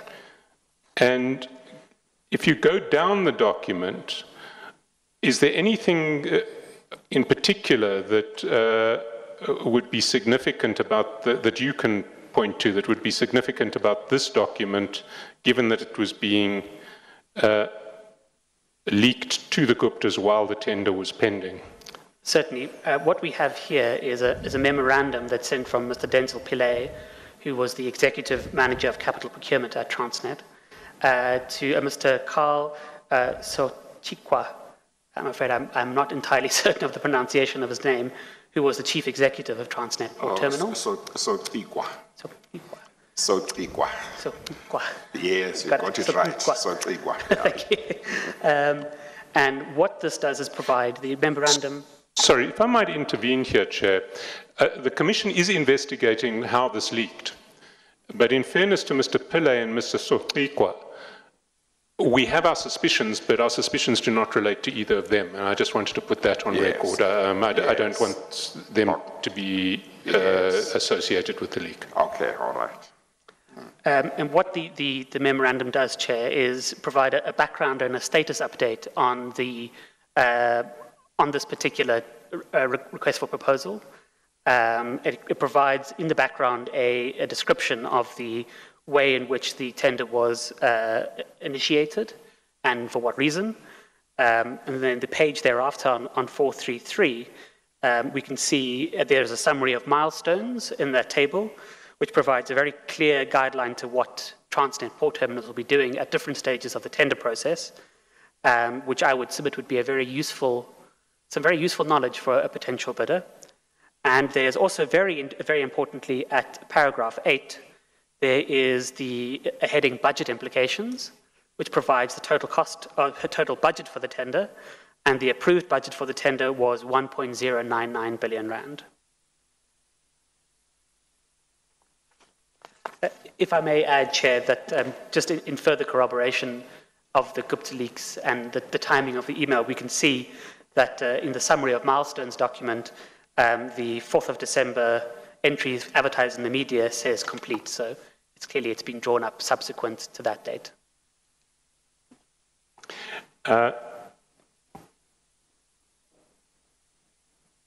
You've mentioned earlier that Liebherr was successful, and what you describe in your report is a series of payments that Liebherr made to a Gupta company in Dubai, Accurate Investments. I understand that's not that fact is not controversial. Liebherr have publicly admitted that.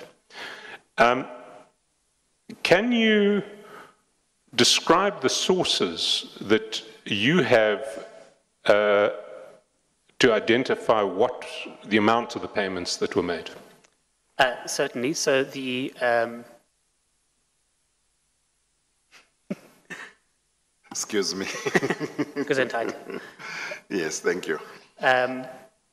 So the first source is a source that we referred to in my testimony yesterday, which was the Uae Ledgers, which in that instance run up until the early part of 2014. And there's one notable payment that comes in from Liebherr in those ledgers. I should also mention, I'm sure we'll come to the individual file name numbers. That ledger entry is then corroborated by another document that was found within the Gupta leaks, which is a statement, a bank statement, or at least a transaction record for Accurate Investments that was being distributed amongst Gupta Enterprise staff. The second document is a continuation of the Dubai ledgers. I'm not sure if you recall, but yesterday we discussed how in February 2014, Ashu Chawla wrote to Sanjay Grover and provided him an Excel spreadsheet and said, please can you update these ledgers in this particular format hereon. And on a relatively regular basis... Chair, if I might just interject there, that was the document that appeared at Flow of Funds, Volume 5, page 718, and then with 718.1 to 718.5, which had almost empty template ledgers for each of the Dubai-based companies and a cash ledger as well. The task that I then performed was to take every one of the updates that was sent by Sanjay Grover over that period of time. The final one was sent in December 2014, and to take all of those entries and put them into a single spreadsheet so we have a full accounting of all the transactions for Global Corporation, for Accurate Investments, for Fidelity and Global Corporation over the period of February 2014 until roughly the 26th of December 2014. Can I ask you to go to page 439?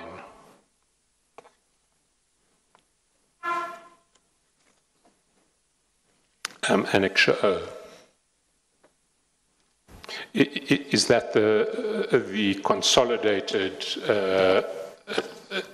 ledgers that you have generated from all of these regular ledgers that are sent from Sanjay Grover to Ashu Chawla? That's correct, Chair. I attached it as Annexure O to my statement. So that's not a document that's on Gupta Leaks, but what it is it consolidates all of the information in the ledgers that are sent on a regular basis on Gupta Leaks into one consolidated set of ledgers for a period. How long does this period run? It runs from roughly mid-February, but the 17th of February, till the end which year? So the 17th of February 2014, until the end of the year, roughly 26th of December, I think is the final payment that I can see, 2014. And Chair, just to note, this is one of the this is one of the annexures where we're going to have to reprint them because they were printed with margins that are too narrow. So some of the figures don't show in the cells; they just show as sort of XXX because they are too wide for the cells. You've talked about the ledger, the ledgers we discussed yesterday. You've now discussed this Annexure O. What other sources have you used in relation to your examination of the Liebherr payments? We also, I'm sure you must remember, Chair, yesterday I described another Excel spreadsheet that I created, which was to take the running totals in all the bank balances for global, accurate, fidelity, and so on, and put them into a single spreadsheet so we can properly verify that the amounts that are being paid into the account and being dispersed outwards weren't commingled with other funds, and to properly describe the flow of funds. And can I just give a reference? That's Annexure A, inflow in Bundle 5 at page 113. And Mr. Holden, you also refer, and here we will have an annexure problem, to Annexure N, to your report on the Transnet funds. If you go to your statement at page, sorry, your report at page 204, can you explain to the Chair what Annexure N is?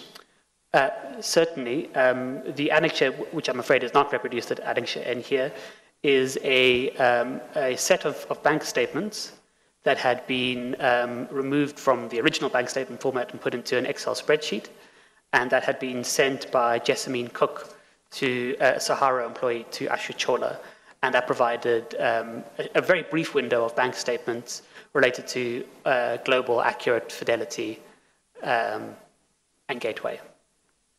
And if you go to page 435, you'll see what is part of Annexure N, but unfortunately doesn't include Accurate, which is the company that we need to refer to today. But you will have you will have, in due course, we'll get the, I think it's just literally one page that we need to add here in relation to Accurate investments. If we need to refer to it today, Mr. Holden has the document. I thought there was one reference to Accurate on page 435.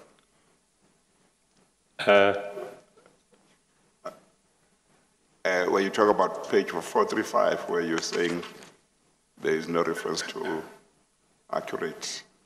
I don't. Well, I see B/O Accurate. Oh, yes. This is a transfer out of Gateway into Accurate. Okay. I think it's out of Gateway into Accurate. But the Accurate, so the host company for this spreadsheet would I think be Gateway. What we are missing is the one for Accurate that we will add it, and to the extent that we have to refer to it today, we can put it up on the screen. Okay. And Mr. Holden, there is one last document in the Gupta leaks that you refer to at page 206 of your statement. Can you tell the Chair about that one? Certainly, Chair. I just want to make sure I get the exact facts right before I put it into the record. There is an email that is sent from the Gupta leaks reveal, Chair, that an email is sent from Ronika Raghavan from her Oak Bay email address to Ashu Chola's Sahara email address on the 14th of February 2015. And you're looking at what page? 206. Huh? 206? Yes, of the bundle. Oh, okay. All right. Yes, continue. At paragraph 84 and 85. Attached to the email was an Excel spreadsheet that was titled IS 12.02.15.xlsx, XLSX being the file format name for an Excel spreadsheet. I think 12.02.15 is pretty explanatory. That means the 12th of May 2015. 12th of February. So 12th of February 2015, apologies. And the IS, I speculate, although I cannot entirely confirm, may have referred to income sheet or income statement. The Excel spreadsheet itself, which we may want to turn to, in due course, you've actually extracted the relevant reference there. Unfortunately, this is another document that we're missing from the annexures. What the spreadsheet indicated was that it was, at the top left corner of the spreadsheet, it indicated there was an income statement. Sadly, the document is pretty difficult to decipher, and I have to admit that I wasn't entirely comfortable relying on the figures therein without being able to fully understand exactly how they were derived. But what was noticeable was that there was a single entry in the Excel spreadsheet which appears against an internal Gupta Enterprise accounting number of LCC 001, and it reads other income Liebherr, and it then includes three different figures next to it of 11.888,956 million, and then 4.125,350.08 million, and then a third figure. It appears from the, to the left of that is also an A that's indicated there. If you look at the original spreadsheet, which we'll do at a different stage perhaps, that A falls under a heading called company. So I think we can relatively safely assume that means accurate in relation to this particular income statement. Sadly, I'm not entirely sure what denomination the figures are listed there refer to. And I'm afraid I cannot tell from the statement the relationship between those three figures. I think one interpretation might be, and I must hedge this is very much a might be, is that the first figure of 11.888 million may be a reflection of this is a total aggregate figure that had been paid in to accurate investments by Liebherr, or was anticipated to be paid in by Liebherr, either in dirham or in dollars. But we can establish, that's some speculation, but there is very clear evidence of what amounts were paid in, Absolutely. Definitely before this period.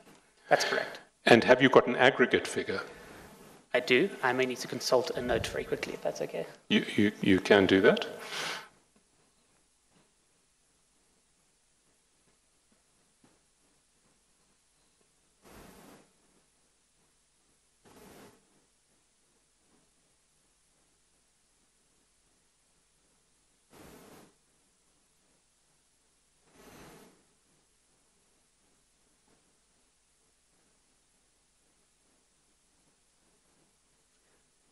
Apologies for taking time to locate that. The total aggregate figure that I'm able to track, Chair, is an amount of $3,232. Sorry, let me start that again. $3,232,430.88, which was paid to Accurate Investments. I did a very simple calculation at today's spot exchange rate, and that equals 49,381,200 rand. And what we're now going to do is we're going to look at each one of those payments that we can establish, and we're also going to see what happened to that money. So can I ask you, first of all, to turn to page... Let's start at page 206, at the bottom of 206, where you talk about the first payment. Certainly. We see, in total, I'm able to track 5 payment tranches from Liebherr over a period of time. And can I just emphasize, those 5 do not include this sort of cryptic reference in the spreadsheet of 7th February 2015. That's correct. So these 5 payments are in addition to whatever that may mean. That's correct. And the first tranche that we can trace was an amount of 905,088. And that was paid on the 22nd of July 2013 into Accurate Investments US dollar account at Standard Chartered Bank. I can refer to I have prepared just the entry in the Excel spreadsheet where I can refer to that. I've also prepared visualizations of what happens to those particular payments. Well, maybe let's start with the visualizations, which are easy, the diagrams. And I think this diagram is at page 1101. So, Chair, can I ask that you go to 1101.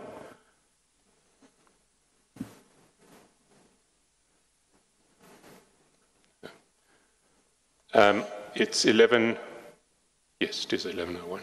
Yes, I've got it. And Mr. Holden, can you? I'm sorry.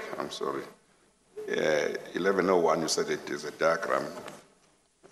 Oh no, where I am is not 1101. It is 1011. Let me try and find 1101.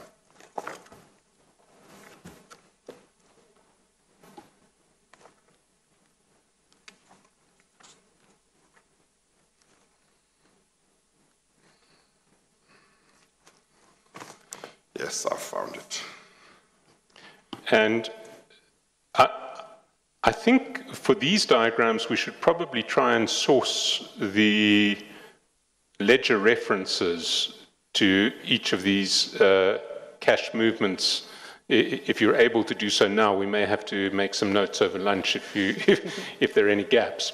But can you take the chair through what you see at 1101?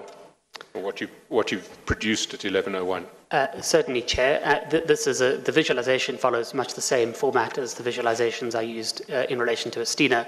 Again, the green box is the beginning point, the entry of funds, and then at the bottom we have red boxes which indicate the out points of where those funds eventually emerge. And what we have here, the first payment is made by Liebherr to Accurate Standard Chartered bank account, US dollar denominated account on the 22nd of July 2013, and that's for an amount of $905,000.88.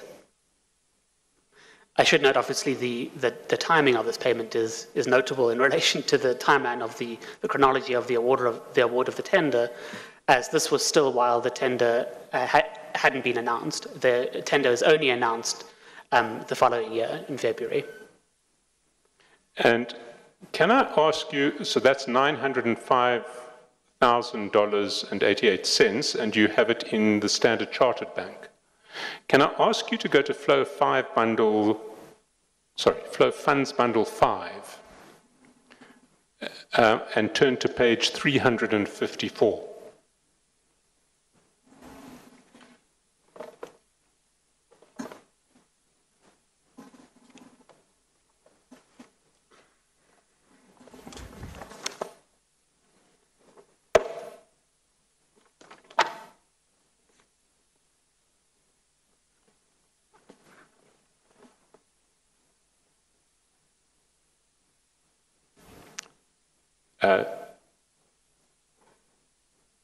He's just trying to find the page for me.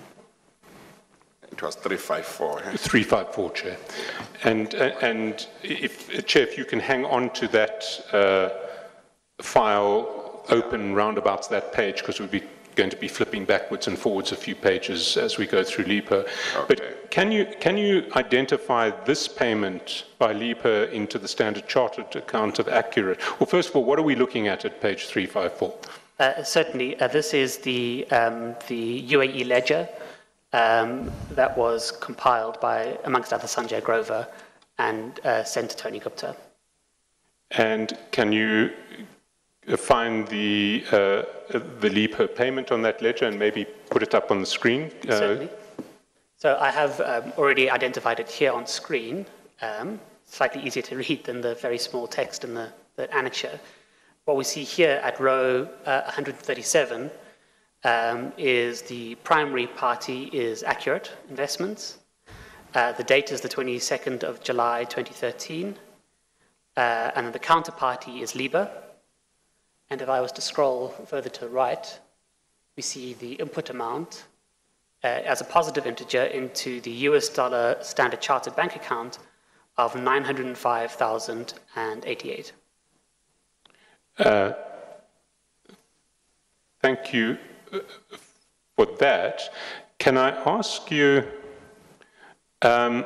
I mentioned when we were discussing Annexure N that we hadn't added the tab for Accurate Investments. Can I ask you, we will add that probably only at the end of the day, but can I ask you to call up the tab for accurate investments on the full version of Annexure N? Certainly, Chair. I'll do so in short order.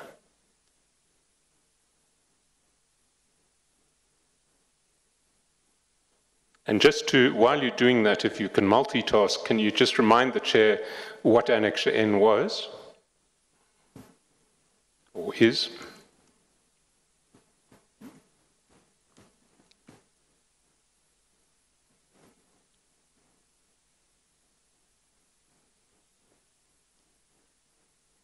Apologize, Chair. I did extract it this morning and send it to my evidence leader, and for some reason I can't seem to locate it now.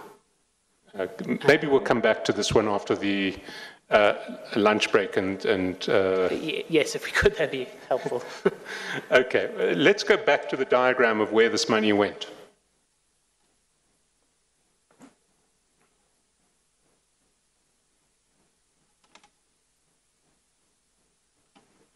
Are we now moving to the other bundle? Sorry, Chair, we are. Bundle 6. Yeah. But you said I must keep this other one close. Keep that one close, because each time we're going to want to authenticate the payments we're discussing, we're going to have to refer to those ledgers. Okay. And if we go to 1101, where you are at 1101, the diagram of this tranche. That's 1101 of Bundle 6, Chair, yes. Yes. I'm always thinking about the record those who as well. read the transcript. Yeah. Yeah, okay. And can you take the Chair through this process that we see at 1101? Certainly, Chair. So, as I put up on the screen, after the 905,000 has been deposited into Accurate Standard Chartered bank account, we have 3 transfers out. The first transfer is made on the same day it is received from Liebherr. That's an amount of $700,000, and that's paid from Accurate Standard Chartered bank account into Global Corporation Standard Chartered bank account in US dollar denomination, and that's paid on the 22nd of July 2013. There's an amount of $130,000 that is transferred on the 23rd of July 2013, and that's paid out to Global Corporation Standard Chartered Bank US dollar account. And then a final payment of $60,000 also on the 23rd of July 2013, made from Accurate Standard Chartered bank account into Global Standard bank account. Can I ask that we then go back to 354 Flow of Funds Volume Bundle 5, just to identify those 3 transactions? And maybe, Chair, I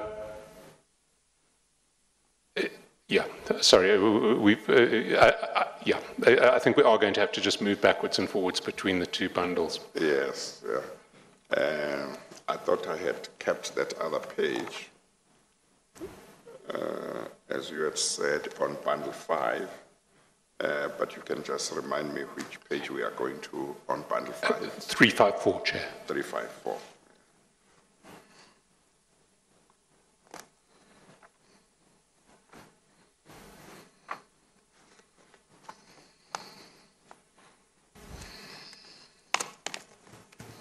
Yes.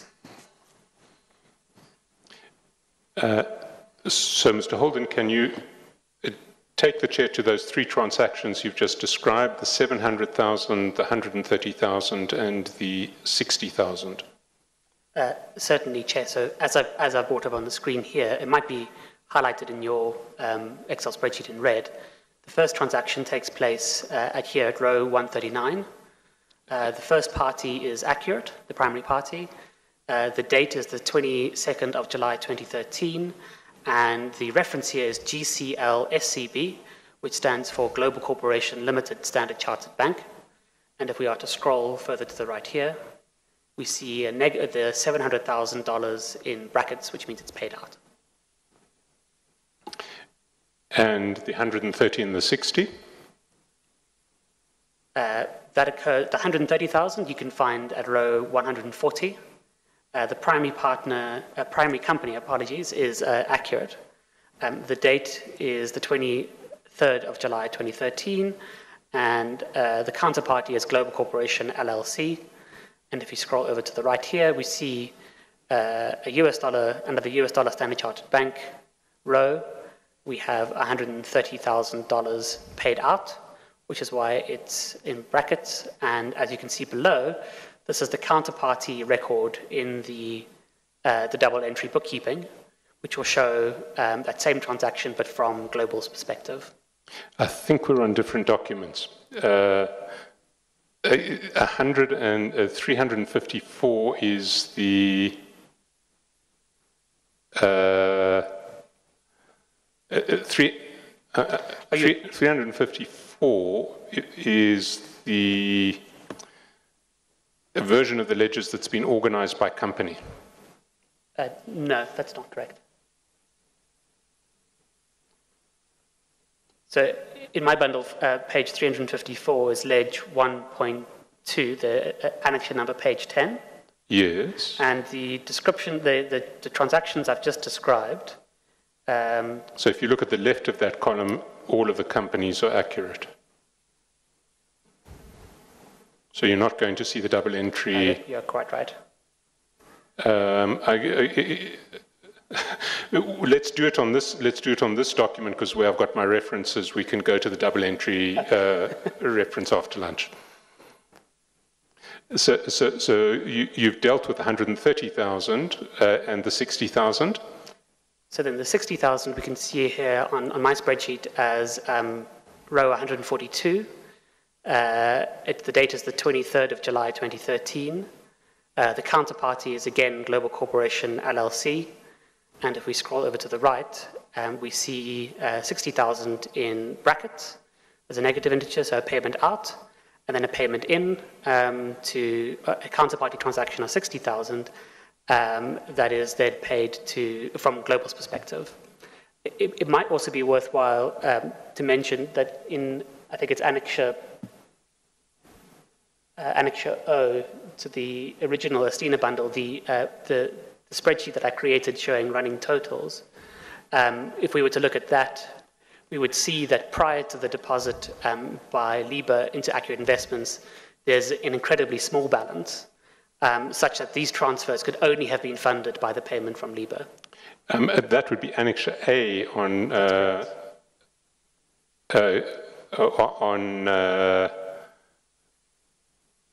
Flow of Funds Bundle 5. If you can do that relatively easily, will you take us there? I don't have a reference, so I'm going to be dependent on you there. So I have produced it up on screen here, and I realized that I prepared this morning's evidence on the basis of this particular spreadsheet, which is why I've highlighted certain things. Well, maybe if I can give you the reference, because I've now found it, it's 113. 113 share of Flow of Funds Bundle 5. Okay.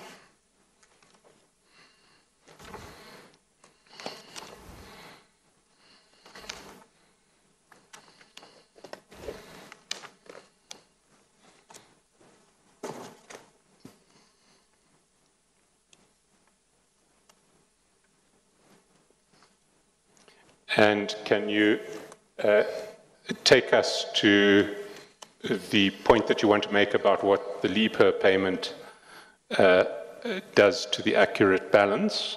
Certainly. So as we see here on screen, I acknowledge that the Annexure A is very difficult to read on paper, but if we were to look at the screen and scroll over to the right here, we see prior to the deposit that's made by Liebherr, there's a balance of $815.21 in that account.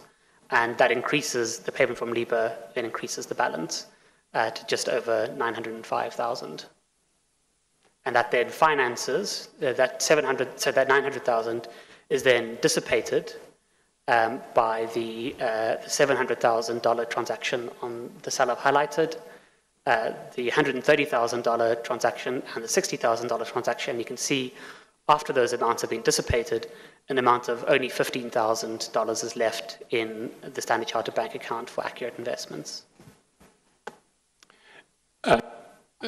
Thank you, Mr. Holden. Can you take us to what happens to the money when it lands in global? Certainly, Chair. So the first stream, and I'm now referring back to the diagram. Sorry, 1101. what page is that? 1101. Chair, what's probably going to be the simplest way of dealing with this is for you to take out 1101, which will always stay the same. Oh, okay. And then maybe annotate, or again, don't bother to annotate because we'll take you through these references because these are important references to go through transaction by transaction. 1101. 1101. 1101. 1101. But again, just like we promised yesterday, we will get Estina diagrams that are fully referenced. We'll do the same with these accurate diagrams. Okay. 1101 is on the other bundle. On 6. 6, yes. And then if you keep 5 open while you have 1101 as a separate page, we'll be able to track each step on 1101 through the ledgers in 5.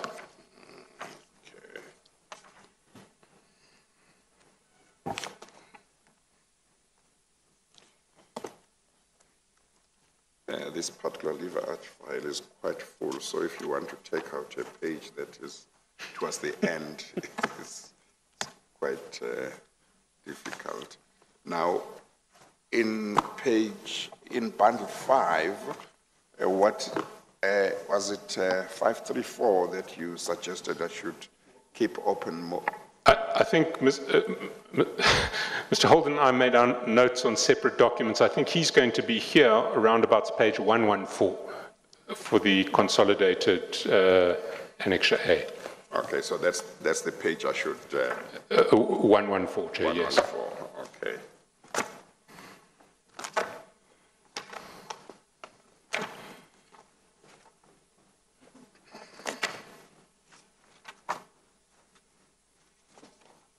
Yes, okay, all right.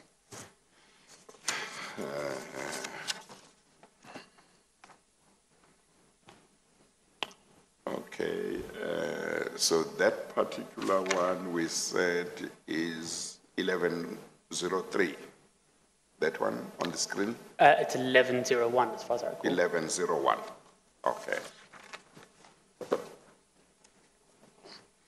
Okay.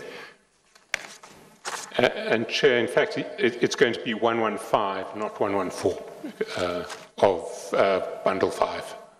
115. 115. Okay.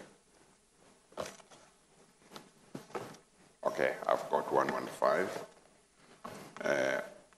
Okay, but right now we are going on to that one, or we are moving away from that one? We are going to that one. Well, we're going to see each transaction on this diagram as it reflects in the ledger on page 115.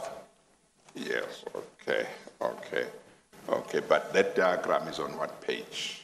That diagram is the loose page that you have on 1101. Okay, all right. From Bundle 6, not from Bundle 5. Yes, okay, I've got it, yeah. Okay.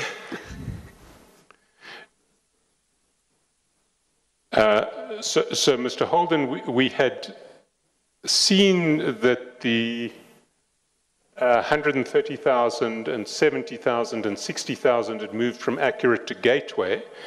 Can we then, accurate to global. Can we see what happens to them in the ledgers? Well, first, can we pick that up in the ledgers so that we can see the other side of the transaction in the books of global, as it were?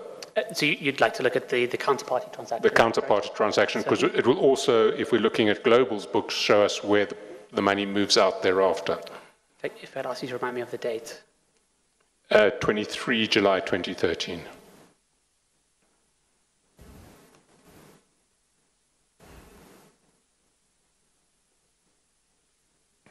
So at Annexure A, We have a number of different transactions reflected here. So the first one is at row 256. The primary party is global. The date is the 22nd of July 2013. The counterparty is accurate, or for accurate investments.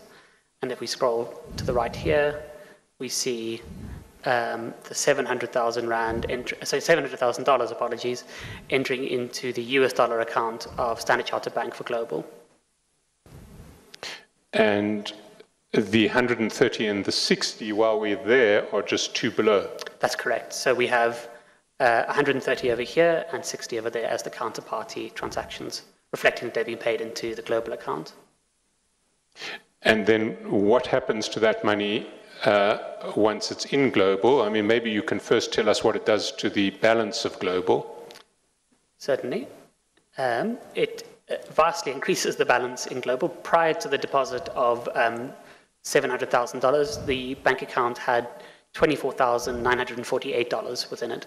So the deposit of $700,000 increased the balance to $724,948.68.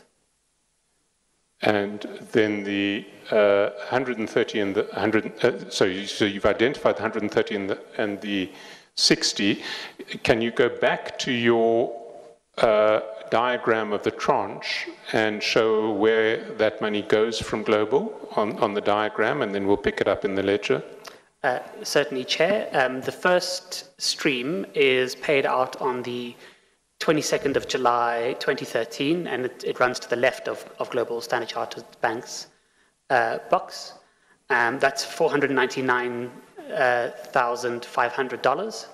And if we scroll down to the bottom, that is paid to Sahara in South Africa. And I can very quickly bring up the counterparty, the reference in the spreadsheet as well. Yes, if you would. And then, as we can see here on the spreadsheet, at row 257, Global as the primary partner, the date, Sahara as the counterparty, and the amount being taken out of Global of $499,500. So just to take a step back, what we're seeing is an amount paid into a Gupta company in Dubai as a self-confessed payment in respect of a Transnet cranes contract, which very quickly, of which $500,000 very quickly is transferred to Sahara Computers. That's correct, Chair. So let's look at the next payment out, but let's go to the diagram first so that we can plot it on the diagram. Certainly. Then we have a payment of $100,000 that's made on the 23rd of July 2013, and that's paid from Global Standard Chartered Bank US dollar account into Gateway Standard Chartered Bank US dollar account. And can we see that on the ledger at page 115?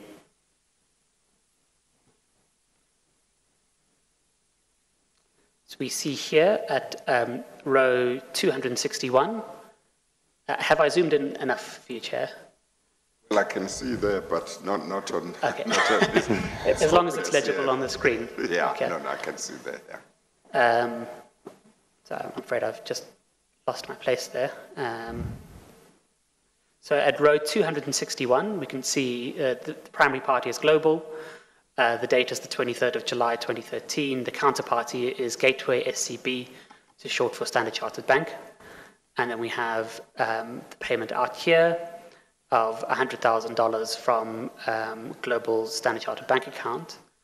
And to preempt my evidence leader, I will then scroll up to the Gateway account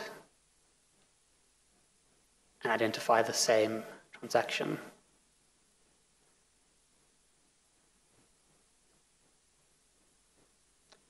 Which we can see here. At row 110, primary party is Gateway. The date is the 23rd of July 2013, and the counterparty is Global Corporation LLC, and that reflects a $100,000 deposit into Gateway Standard Chartered Bank account, which, as we see from the column to the right, increases the balance in Gateway Standard Chartered Bank account from $372.39 to $100,372.39. Chair, for referencing purposes, but you'll get that later, that entry is on page 113, the corresponding entry that Mr. Holden's just taken us to. If we can go back to the diagram again. Certainly. So the day after that amount is paid into the Gateway Standard Chartered Bank account, of that amount, $93,378.61 is paid on the 24th of July 2013, and that is paid to Star Engineering, which again was the agent that provided the dairy products, the dairy equipment that was used on the Estina farm from India. And again, if I might stop here, what we're seeing is proceeds derived from a Transnet contract being used to fund some of the very few dairy expenses that actually were incurred in relation to the Estina Dairy project. That's correct, Chair.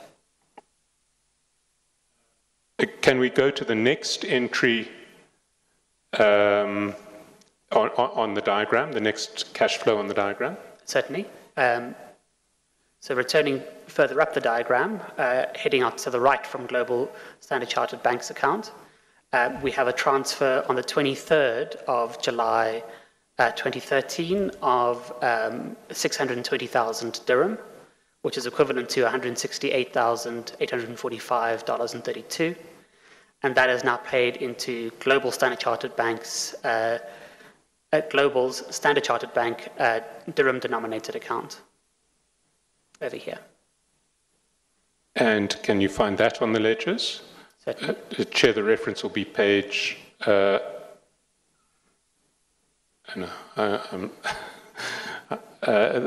the reference should be page 115, Chair.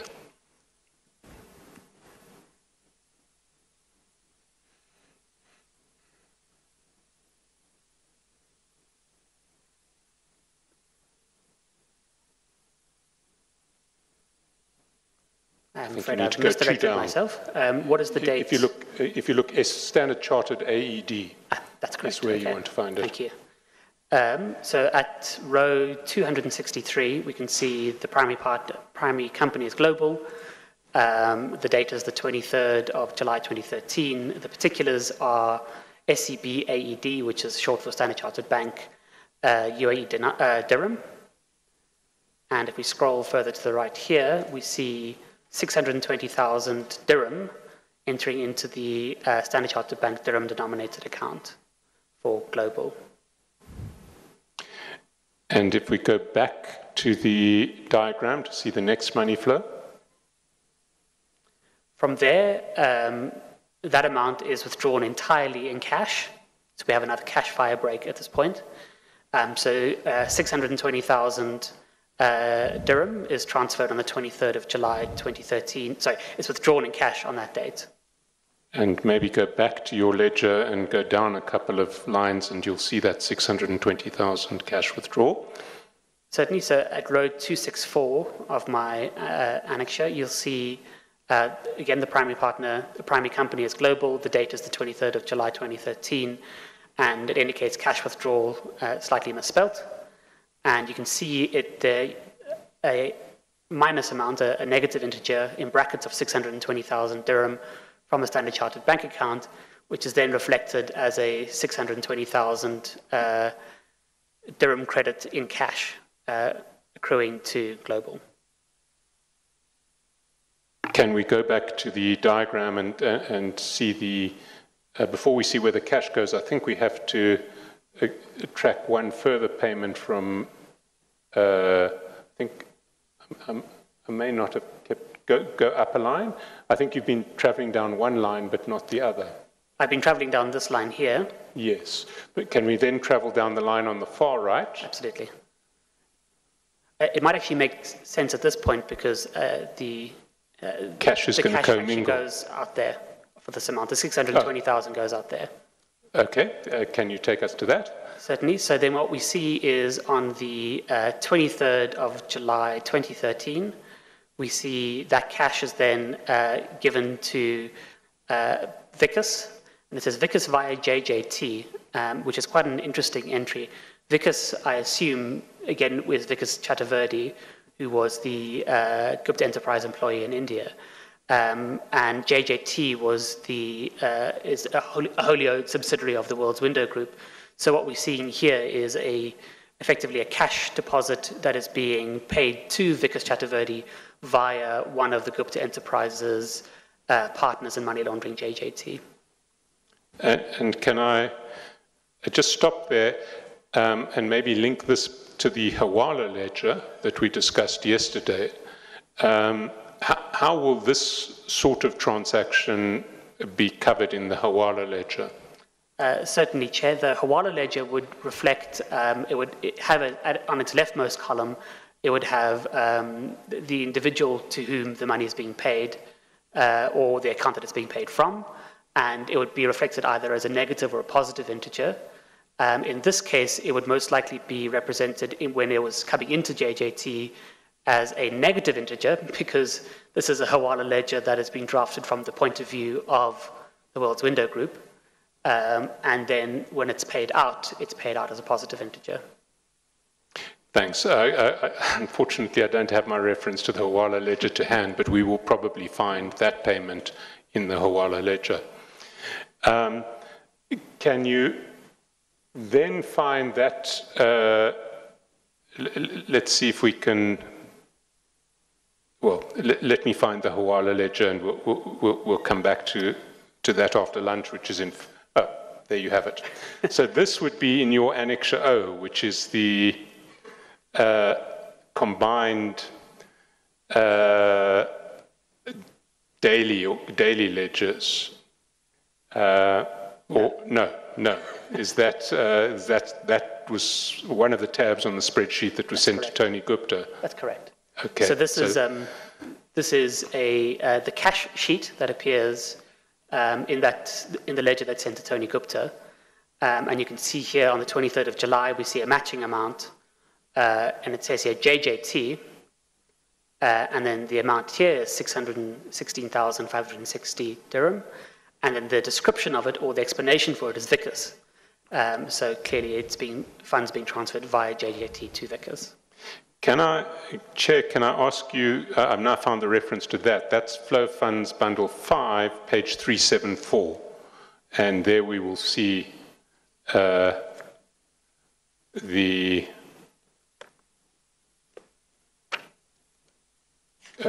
relevant payment. 374.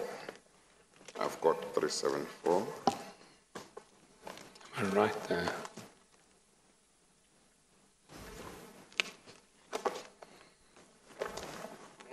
No, I've got the wrong document, Chair. I'm losing track of all of these ledgers. We will find that, and, okay. And it will. We'll reference it and come back. I think Mr. Holden and I probably need a lunch break to coordinate our accounts. Mr. Holden has been feeding us all these figures. I was more or less in control up until about 10 minutes ago, Chair. Well, we are 2 minutes, 3 minutes to 1 o'clock. I think, in fact, it would be 2 or 3 minutes usefully spent if Mr. Holden and I can coordinate our references so that we move quicker after lunch. Could we take the lunch adjournment then, Chair? Okay, no, that's fine. We'll adjourn for lunch and resume at 2. And maybe Mr. Chaskowson, you could see me in chambers immediately after the adjournment. Certainly, Chair. Yes, we adjourn.